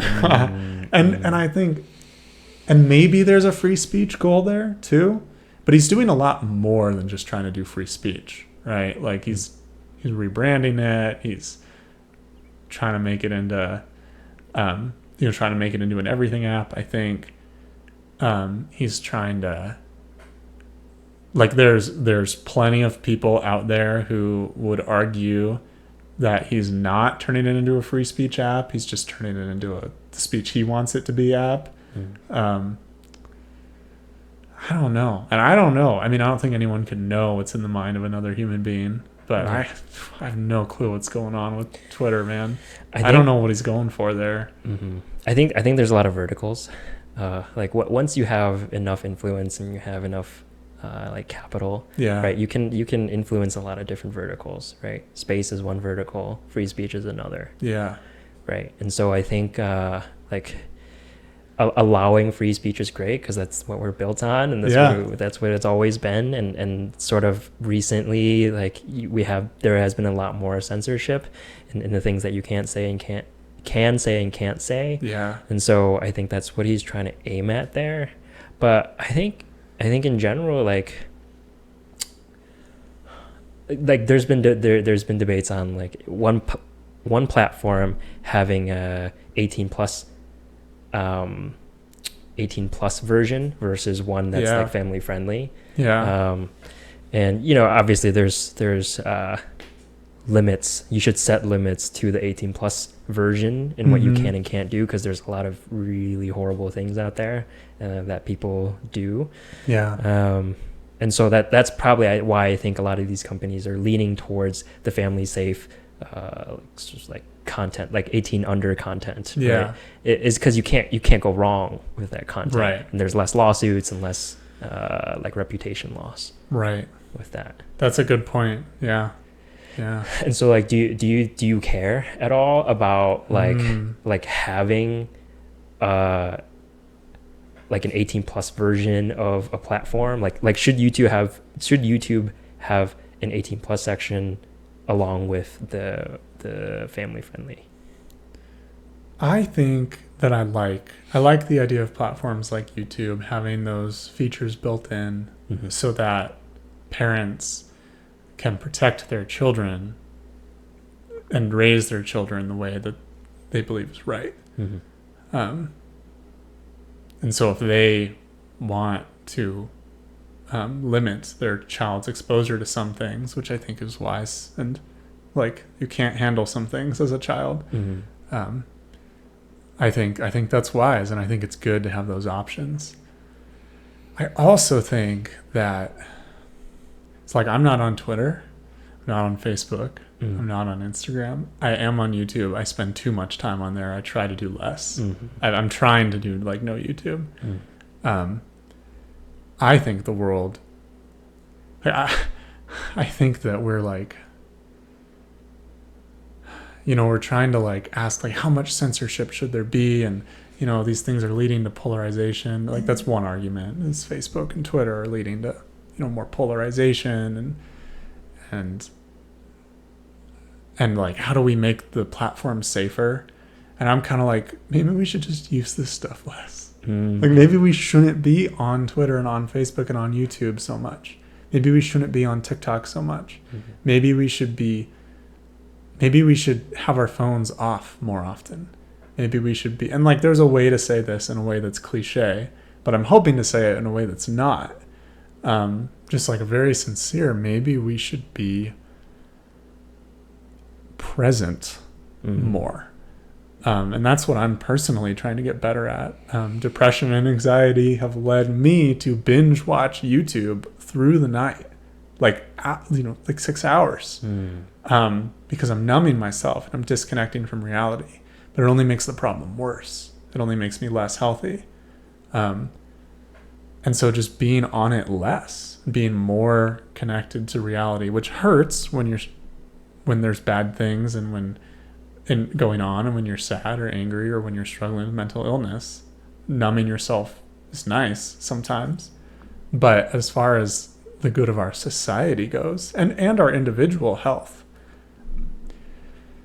I think we should put more effort into not being affected by these platforms than controlling how the platforms affect us.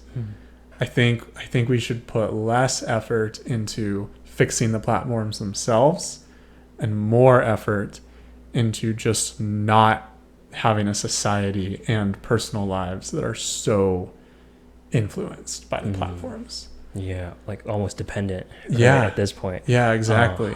No, that's great. Like waking up and not looking at your phone. Yeah, it's very hard. important. It's very important. It's very hard, and it's Yeah. like try to go outside. When you wake up, Yeah. is becoming difficult, which is really strange to say, right? Yeah. Because like, in the past, if you told somebody that, it'd be like, yeah, that's what you do. Like you get up and you like make yourself breakfast and you like go outside. Yeah. Maybe you right? read the newspaper, Right. like that was a different technological version of getting up to date. But it didn't infinitely scroll. There was a limit there. Yeah. Now it's like we wake up and we're like, oh, hopefully I don't doom scroll. Right? Yeah. Or like it's an impulse. It's an impulse to do that, and the resistance is your attempt to fight doing that, right? Yeah. And man, it can be difficult, right? Because it's like you have a lot of texts or something coming in, and like there's a lot of issues or problems that you want to solve. Yeah. And it's like it's all coming into your phone, right? Yeah. And it's like I don't think in the past we've had this issue to this degree before. Yeah. Yeah. Yeah. I'm with you on that, man. That's too easy. Yeah. And it's addicting. Yeah. Yeah. It's dangerous. What is your like theoretical like nighttime routine or like wake up routine, do you think? Theoretically. It's close to home because this is what I'm specifically trying to work on and not doing so hot at. But probably a good question for me to try to answer. How would I want it to be in a perfect world? It's like, do you have to like lock your phone in the refrigerator or something? Something crazy like that. What I've actually found, it brings me great satisfaction and peace in life to have a really intentional organizational system for like my to-dos and my emails and my calendar and my tasks and stuff. And it took me a while to create one post grad school that worked because it used to be like grad school and the rest of my life in one. And I had to make one that was separate from work. I finally created it and it's all color coded and it uses a few different apps on my phone and I love it. But I've actually had a lot of luck going to bed at night. Ideally, I have time to just entertain myself first, like play some video games or listen to an audiobook or just have fun, watch a show with my girlfriend. Like that's fun.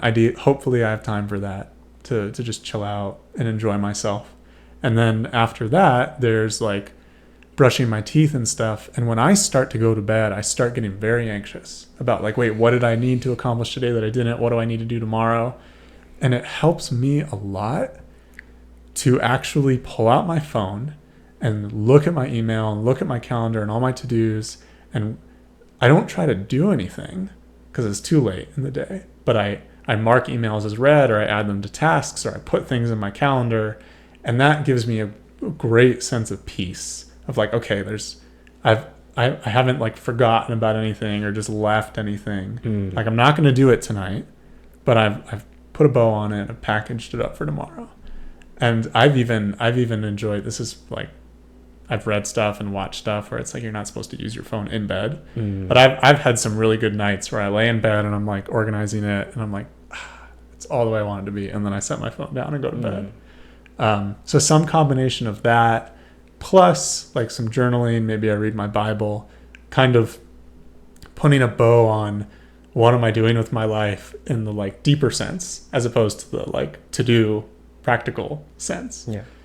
And then in the morning, I wake up and I go, what do I need to do today? Like the anxiety hits again. Yeah. And I've had a lot of good luck telling myself, like, don't brush your teeth.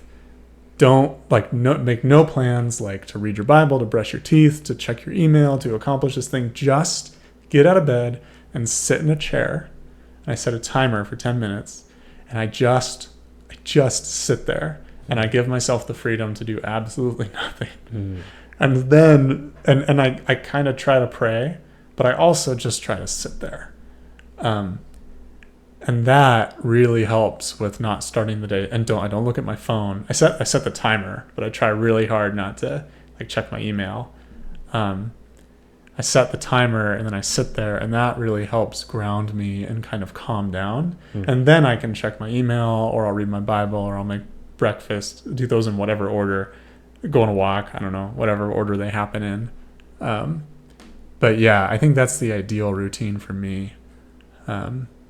It's not very structured. I can get kind of anxious and feel trapped if I structure things too much. But having those general goals, and especially in the morning, the whole like, the moment I wake up, there's nothing I have to do but sit in the chair. That really helps me get out of bed. Because if I try to put too much on myself in the morning, it can be really hard for me to get out of bed because I'm so scared and overwhelmed. Yeah. It's like, no, there's nothing that you have to do but sit in that chair. And then after I've calmed down a bit, I can like, actually start the day. Yeah. That's fair. Like just the act of mentally sorting things out is a great comforter. Yeah. And perhaps you are actually productive. Like you are technically productive because you're sorting things out. It needs to happen. Your inner thoughts are like being sorted, which is I think is definitely crucial. Yeah. Some people might argue they don't need to do that, but I think like if you're not sorted, then you'll just kind of be scattered everywhere, and maybe you don't want that either. Yeah. And so I like when you say like I wake up and I have just some time to myself, whether it's sitting in a chair or whatever, just to like do nothing. Yeah. Right. Because so much of the day we're not doing nothing. So much of the day you think about it, we have all day to do something. You have all day to like go on your phone, all day to go on your laptop. Yeah. Right. And so it's like, why shouldn't you have some time to not do those things? Right. And just to do, just some reflection. If it's reflection, to do some sorting. If it's sorting, that's what you want to do. I think it's very important, man. I think like I wake up and I like water. I just go straight to water. Yeah. Right. And just trying to get hydrated. And then I try to go outside, try to get sunlight, which is really nice. That's good. Just to start the system. Yeah. Right. I think I'm more the opposite for you. Like I like doing nothing at night because it like leads me into like bed easier. But obviously it's different for everybody, and it works for. I think you should do whatever's best for yourself and to get yourself going or stopping, whatever. Yeah. Right. But I think like having something is important because increasingly it's so much easier to just like crash landing the plane and like be like, oh, I'm so scattered, just throw your phone on the ground and like try to go to bed and not go to bed. Whereas like landing that plane correctly is the tougher disciplined thing to do. Well, correct me if I'm wrong, but I recall you being a bit of a morning person, right? Yep. Yeah. I'm a night owl. So if I don't like I am thinking too fast at night. I have to put things in a box and organize them before I can set them down. And I don't know. I mean, everyone's different, but if I'm like, I don't know if that's how you feel in the morning of like, you're like, wake up and you're like, okay, like I'm thinking like I'm going. I wake up and I'm going. Is that true? Yeah. Okay. So I think we're opposite in that way because I do go. Like if I let myself just go on my phone, I'll go that route to just infinity. Yeah. And so like that's what I do at night. That's why it is important to like try to do something else. Yeah. Right. Whether it's that's like so interesting. Sunlight or food or water. Yeah. Like do those administrative things first. Yeah. Because those things are sometimes boring, obviously, right? Like getting yourself water, right? Like it's not so exciting, right? But it's necessary though, right? Because it's like going the rest of your day without doing those administrative things is like it could be potentially a disaster, right? If you're not fed, if you don't have water, right? If you don't feel good, right? You don't have to go outside, obviously, but it's just like one way that I feel like okay. Like I'm doing something like more earthly today to go outside. That makes total sense. Yeah. But not like I wake up and I'm like I'm on the computer. Right. To where it's more like robotic. Yeah. Right. Yeah. So. No, that makes total. That's so cool. That's kind of cool just to notice the differences because I wake up in the morning and I'm just like hardly alive. and sometimes that can lead to doom scrolling. But at night is when I'm so active and alive and energetic, and it's really hard for me to slow down and stop. And I'm so quick to grab my phone and scroll on it through the night. It's so interesting to hear that in the morning you're at night I have to protect myself, Right. and in the morning you have to protect yourself. That's kind of fun to notice. Yeah. Yeah, because I think with nighttime, I just don't think well. And I'm just like, why do this? Like, if I'm not forced to do this, why do this, right? And it just internally doesn't feel right, right? Because if you're working at a hospital, right, with a lot of like early nurses that are coming out of school that work at a hospital, like they probably get the short end of the stick, and they have to do night shifts and stuff. Yeah, you have to do like the 10 p.m. to 6 a.m. type situations. Yeah. It's like, for you, maybe that'd be fine because like you're kind of used to it. But if somebody that's like not used to it and they're thrown into that, they're kind of like a zombie, right? And it's like I don't even feel good. Like I internally don't feel good. I don't think I'm productive, and therefore I'm probably not productive. It's like, why keep pushing this narrative? And on the opposite side, I think it's true too. Like if you genuinely don't feel productive in the morning, maybe you want to find something at night, right? Yeah, you could go that route. That's interesting. Yeah. And like talking about this like nonstop stuff, like kind of diving into like the world of esports, which I watched a video before this, right? I thought it was interesting. Is like, how do you think they do it? Like they're just nonstop, right? And the esports folks. Yeah, they're just like, okay, I gotta wake up and I gotta like game. Right, and then I gotta before I go to bed, I gotta like game because I'm trying to always better my craft that is gaming. Well, did you know that I was into watching StarCraft when we were living together? You mentioned that. Okay, you mentioned that. Yeah. So I've been pretty watching or playing. I enjoy playing, okay, but like, it's like someone that enjoys like playing football in their backyard and also really enjoys watching professional football. I never got into sports. I was about to say as a kid, just period. But I really enjoy StarCraft. And I really enjoyed. It's been a while since I watched it because it wasn't healthy for my YouTube habit and stuff. So I've put it away for a while now. But I find it very enjoyable to watch StarCraft and play here and there. But the folks that I watched, the pros, that was their 9 to 5. And they didn't necessarily work a 9 to 5, but they got up and they exercised, went to the gym or whatever, and then they went to work, which was their desk, or they played StarCraft or theorized. One guy's like, I only play like 12 games a day. Games are like anywhere from 15 minutes to an hour. Okay, so normally potentially that could be 12 hours. Potentially. That would be nuts if you had like 12 1-hour games. They're closer to 15, maybe 30 minutes, like 30, but and then on occasion get up to an hour or more. So he would only play like man, I guess if he played 12 games a day and most of them were 15 and a couple were half an hour, then this is dangerous mental math. Oh, just do half of 12 hours. Maybe it's like 6 hours. Six or less, which isn't like that's not an 8-hour day. Yeah. And he actually was saying the guy's name, his game name was Clem, Clem. He's French, one of the best in the world when I was watching. Probably still is. Hasn't been that long. And he's a kid too. That's the other funny thing. They're all like young kids. Yeah. But you kind of have to be, right? Because of reaction time, like the click rates. For sure. And like you think about like growing up with it, there isn't anyone who's 40 that grew up with StarCraft 2. It's just not. Yeah. It doesn't exist. But also the reaction times, like you're saying. But anyway, he would actually spend time like theorizing about it as opposed to just grinding games. He really made it. It was really a career. and he'd talk with his friends about it, and they'd try to come up with new strategies, and he'd try to study his opponent's games and stuff. It was really a career. He also happened to be a crazy night owl, and he'd get up at like 4 p.m. and like work, play through the night.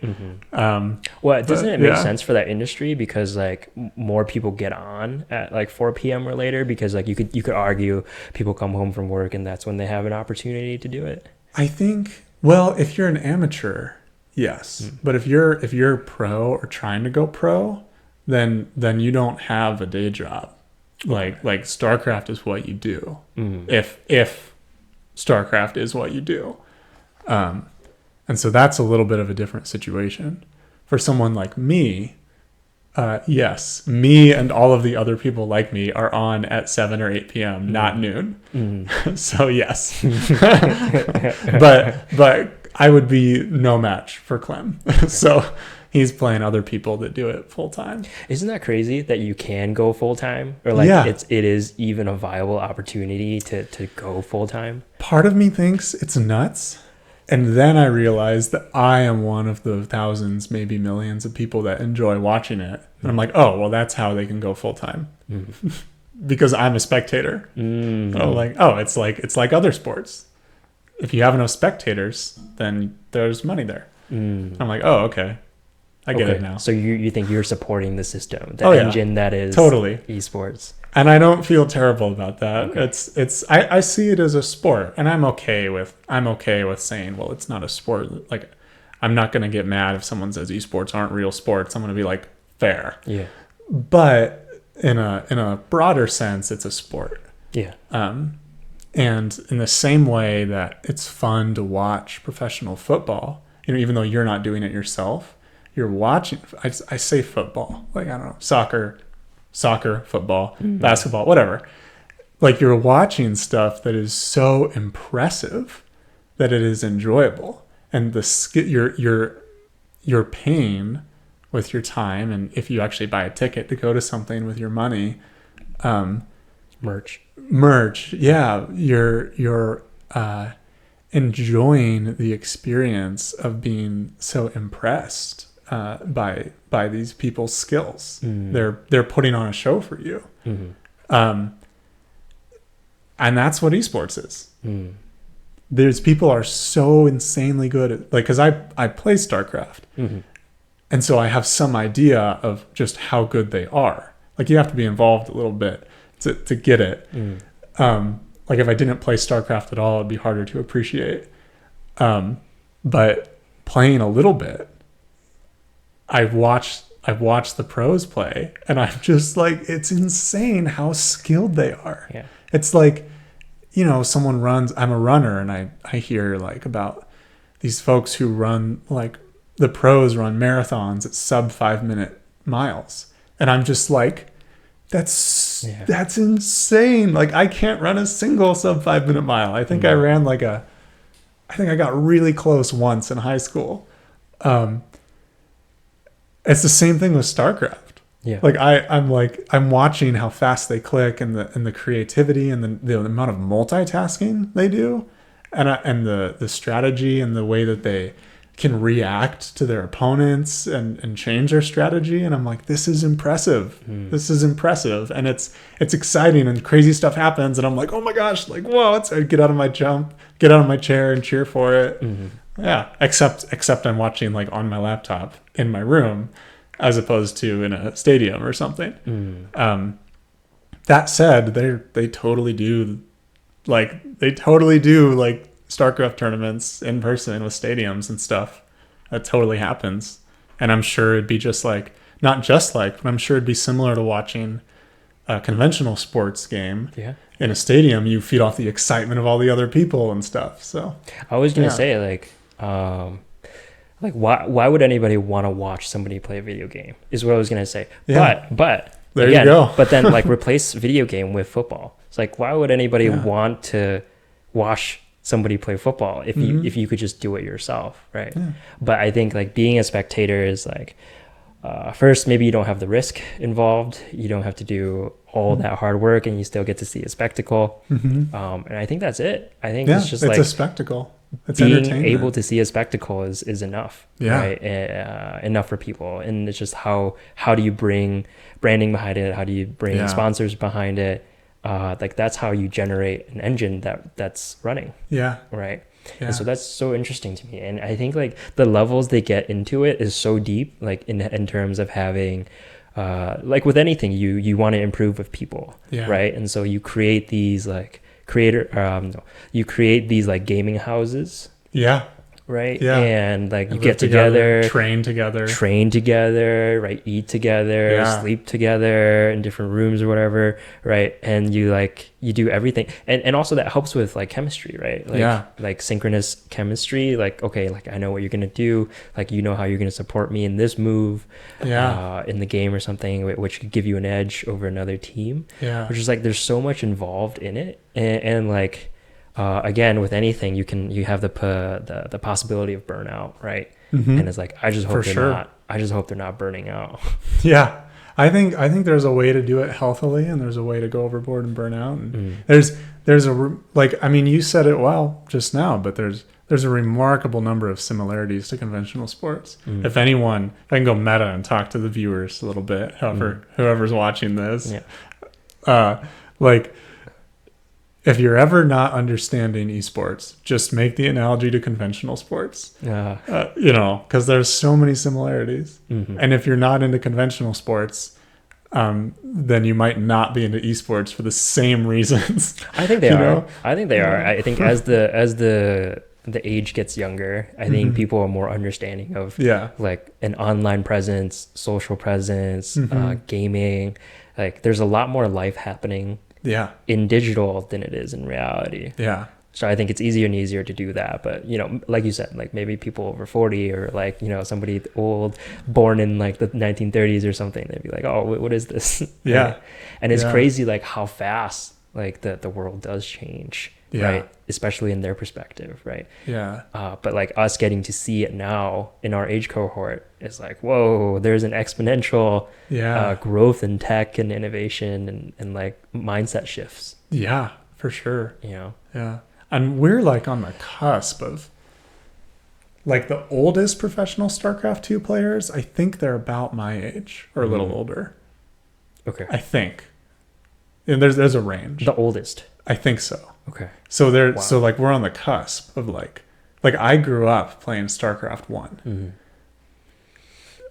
If I was a little bit older, I would not have been able to grow up playing StarCraft 1. It came out in like I was born in 95. It came out in 93. So like you could be a pro gamer right now. If I had put a little bit more time into it, Yeah. a lot more time into it. Yeah, but like if I was a little bit older, that actually wouldn't have been an option. Maybe there were games before StarCraft, but that was one of the really big ones that kicked off esports. Yeah. So yeah, that's kind of the thing I was saying, where there's no one 40 years old who grew up playing StarCraft. Because I'm as old as you can be and have grown up playing StarCraft. Like you can only be a couple years older. That's crazy because it's like, when you typically get X'd in real sports or like in conventional sports, maybe it's in your 30s, somewhere within your 30s, right? Yeah. Could be less, could be a little bit more. I don't know. But like it seems like reaction time is key here, being able to be creative on the fly. Common sense logic is very important in esports. Yeah. And it's like, is there an age limit in which you lose that? Like, it's like, okay, now I'm 50. Like, do you lose that? I mean, you lose, reaction time slows down. I'm pretty sure we know that, you know, I think, not what my doctorate's in, but that joke is never going to get old, man. The PhD is new enough for me that it's still fun to joke about. Yeah.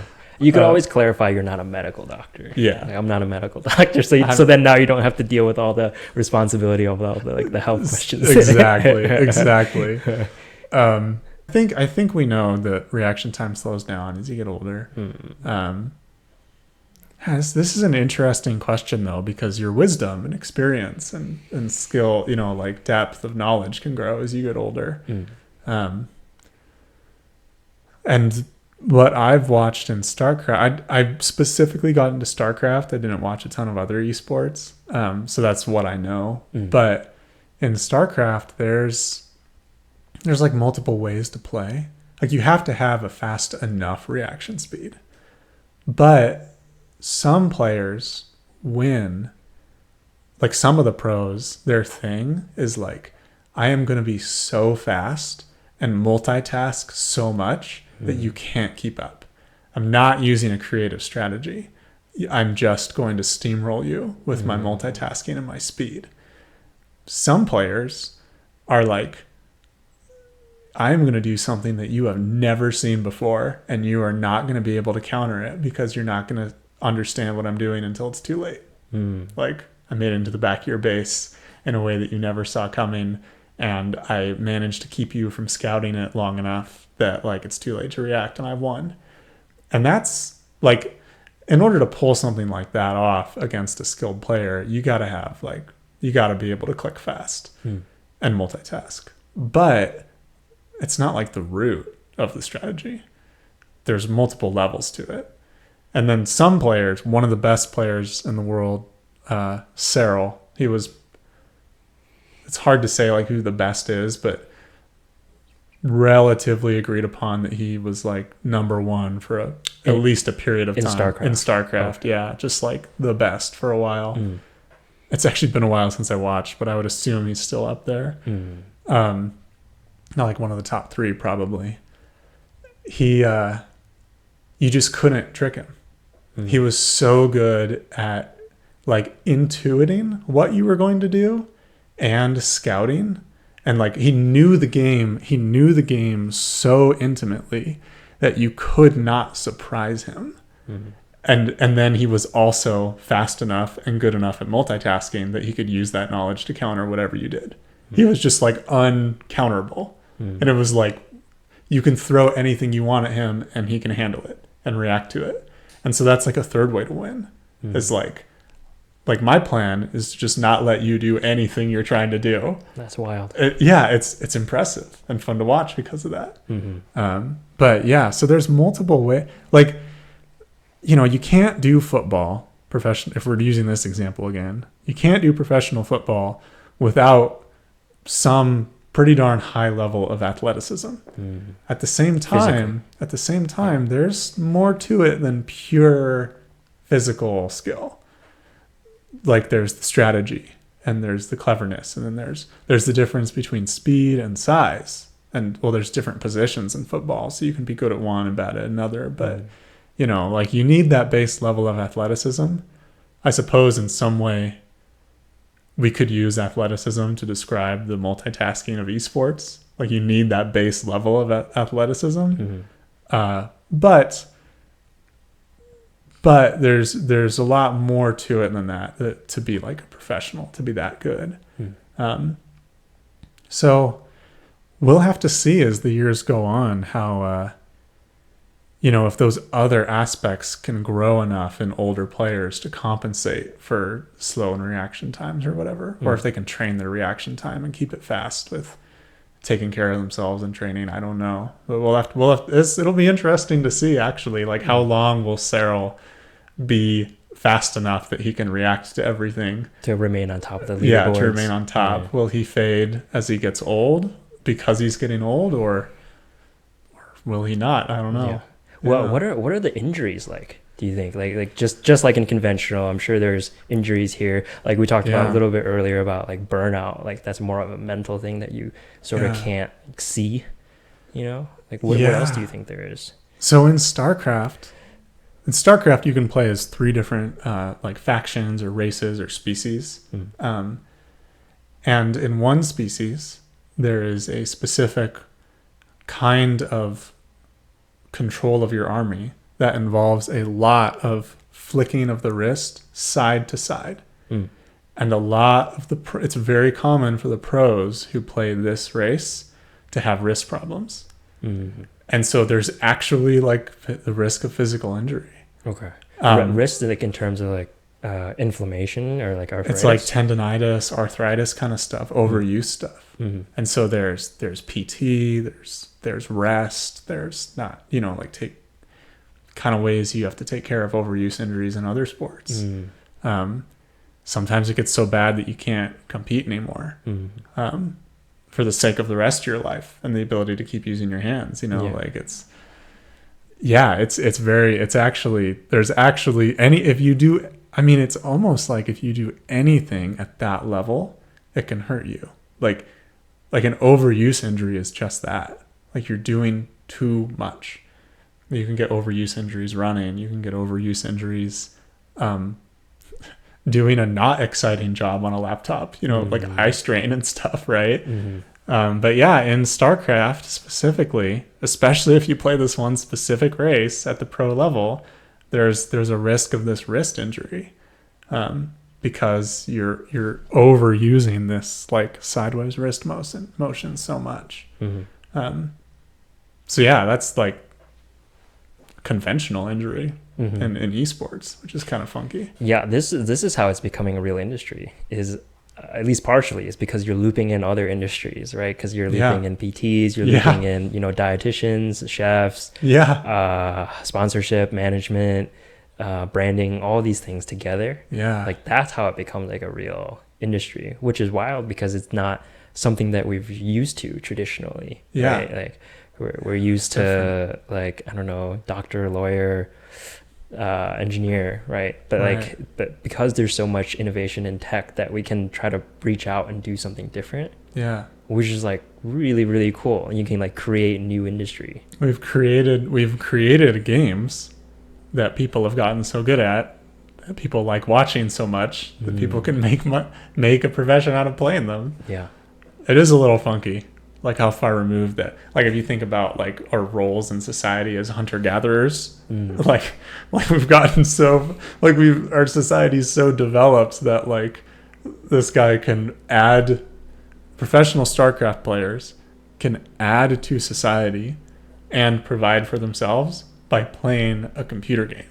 And it's like, whoa, we went from hunter and gatherer. First you just got to invent a computer, and then someone made a game that you can play on it, and then people got so good at the game itself that they can be pros at it. It's like, okay, that's a lot of layers. It is a lot of layers. I think it's like doing something that doesn't create any physical product, but still being able to make a living out of it. That's a wild concept in itself. Partially, I think it's because we got so good at outsourcing, to be honest with you. Like outsourcing the physical labor. Well, our society is efficient enough that if we set aside, like, you know, for the moment, corruption and inequality, our society is efficient enough that everyone can be fed without everyone making food. And it's like, that's kind of wild in and of itself. But you can just call like an Uber Eats or something, and you'll have food at your door. Exactly. Which is, I don't make food. I mean, I cook, but like I don't farm. I don't raise livestock. I don't fish. You know, I build devices and systems that go into space. But at the end of the day, I get food out of that because of outsourcing. And it's like, oh, that's kind of interesting to think about. That just like how much we've changed as a society as well. And now, like, looking forward, hopefully like none of our relationships fail with other countries, because otherwise like manufacturing is coming back to us, and then it's like, at this point do we even know how to work with our hands and like make things anymore? I don't know. That's funky. That's like the global analogy to the personal version. Like if you have I as a person am, like, don't specialize in making food, but I like make devices. If you have a country that specializes in like services or entertainment, and a country that specializes in food, like the country that specializes in food like might get bored without the other country, but the other country will starve to death if they lose each other. Or just like creating microchips, right? You look at it at that level, it's like, okay, we have microchips and everything in a lot of our devices, but it's like we don't make a lot of it here, right? We just send it off to Taiwan, and then they're the ones that are center hub to make all these chips, and then they send it back, and we have a relationship in that way. But what happens if you guys sever the relationship, right? System breaks down. Quote I like, could be a good finishing touch here. Man, I have been struggling with like doing the 9 to 5 and stuff. And I've been struggling with, like I told you what my perfect bedtime routine was. Mm. Like, I'm a long way from making that a habitual reality. But I know it's the goal. And I worry about the effect of internet and everything. I don't know who first said this, but I think we know. I think if you Googled it, you'd find out. But it's the times are never so bad that a good man can't live in them. And I think that's how the first quote was originally said, but I'm certain that it would apply to a woman as well. The times are never so bad that a good person can't live in them. And I find that comforting and encouraging to go like, okay, well, 9 to 5 is hard, and like I live in a society that does 9 to 5s. I'm like, okay, but there is a way to be a good person and to do things right in this society. And that doesn't mean going along with everything. But it'll never be impossible for me to make the right choice. Society will never make it impossible for me to make the right choice. Twitter, the existence of Twitter, the existence of a 9 to 5, or not the existence of Twitter if we're changing the name, will never make it impossible for me to do the right thing. Might be hard, might be consequences, but yeah, I find that comforting and encouraging as we navigate an ever-changing society. Esports, social media, not going outside enough. Yeah, well, Devon, I think you're a very deeply introspective person, and I think you deeply care about a lot of things, but amongst those things being like just people, humanity, community, right? And I think that's very awesome, like to have that outlook on life. And I think like not a lot of people have that, right? Maybe you feel really hopeless and down, and so it's hard for you to think like that. And yeah, man, I hope you get to continue this, right? And maybe help other people with it. Share it just by simply sharing your story. Yeah.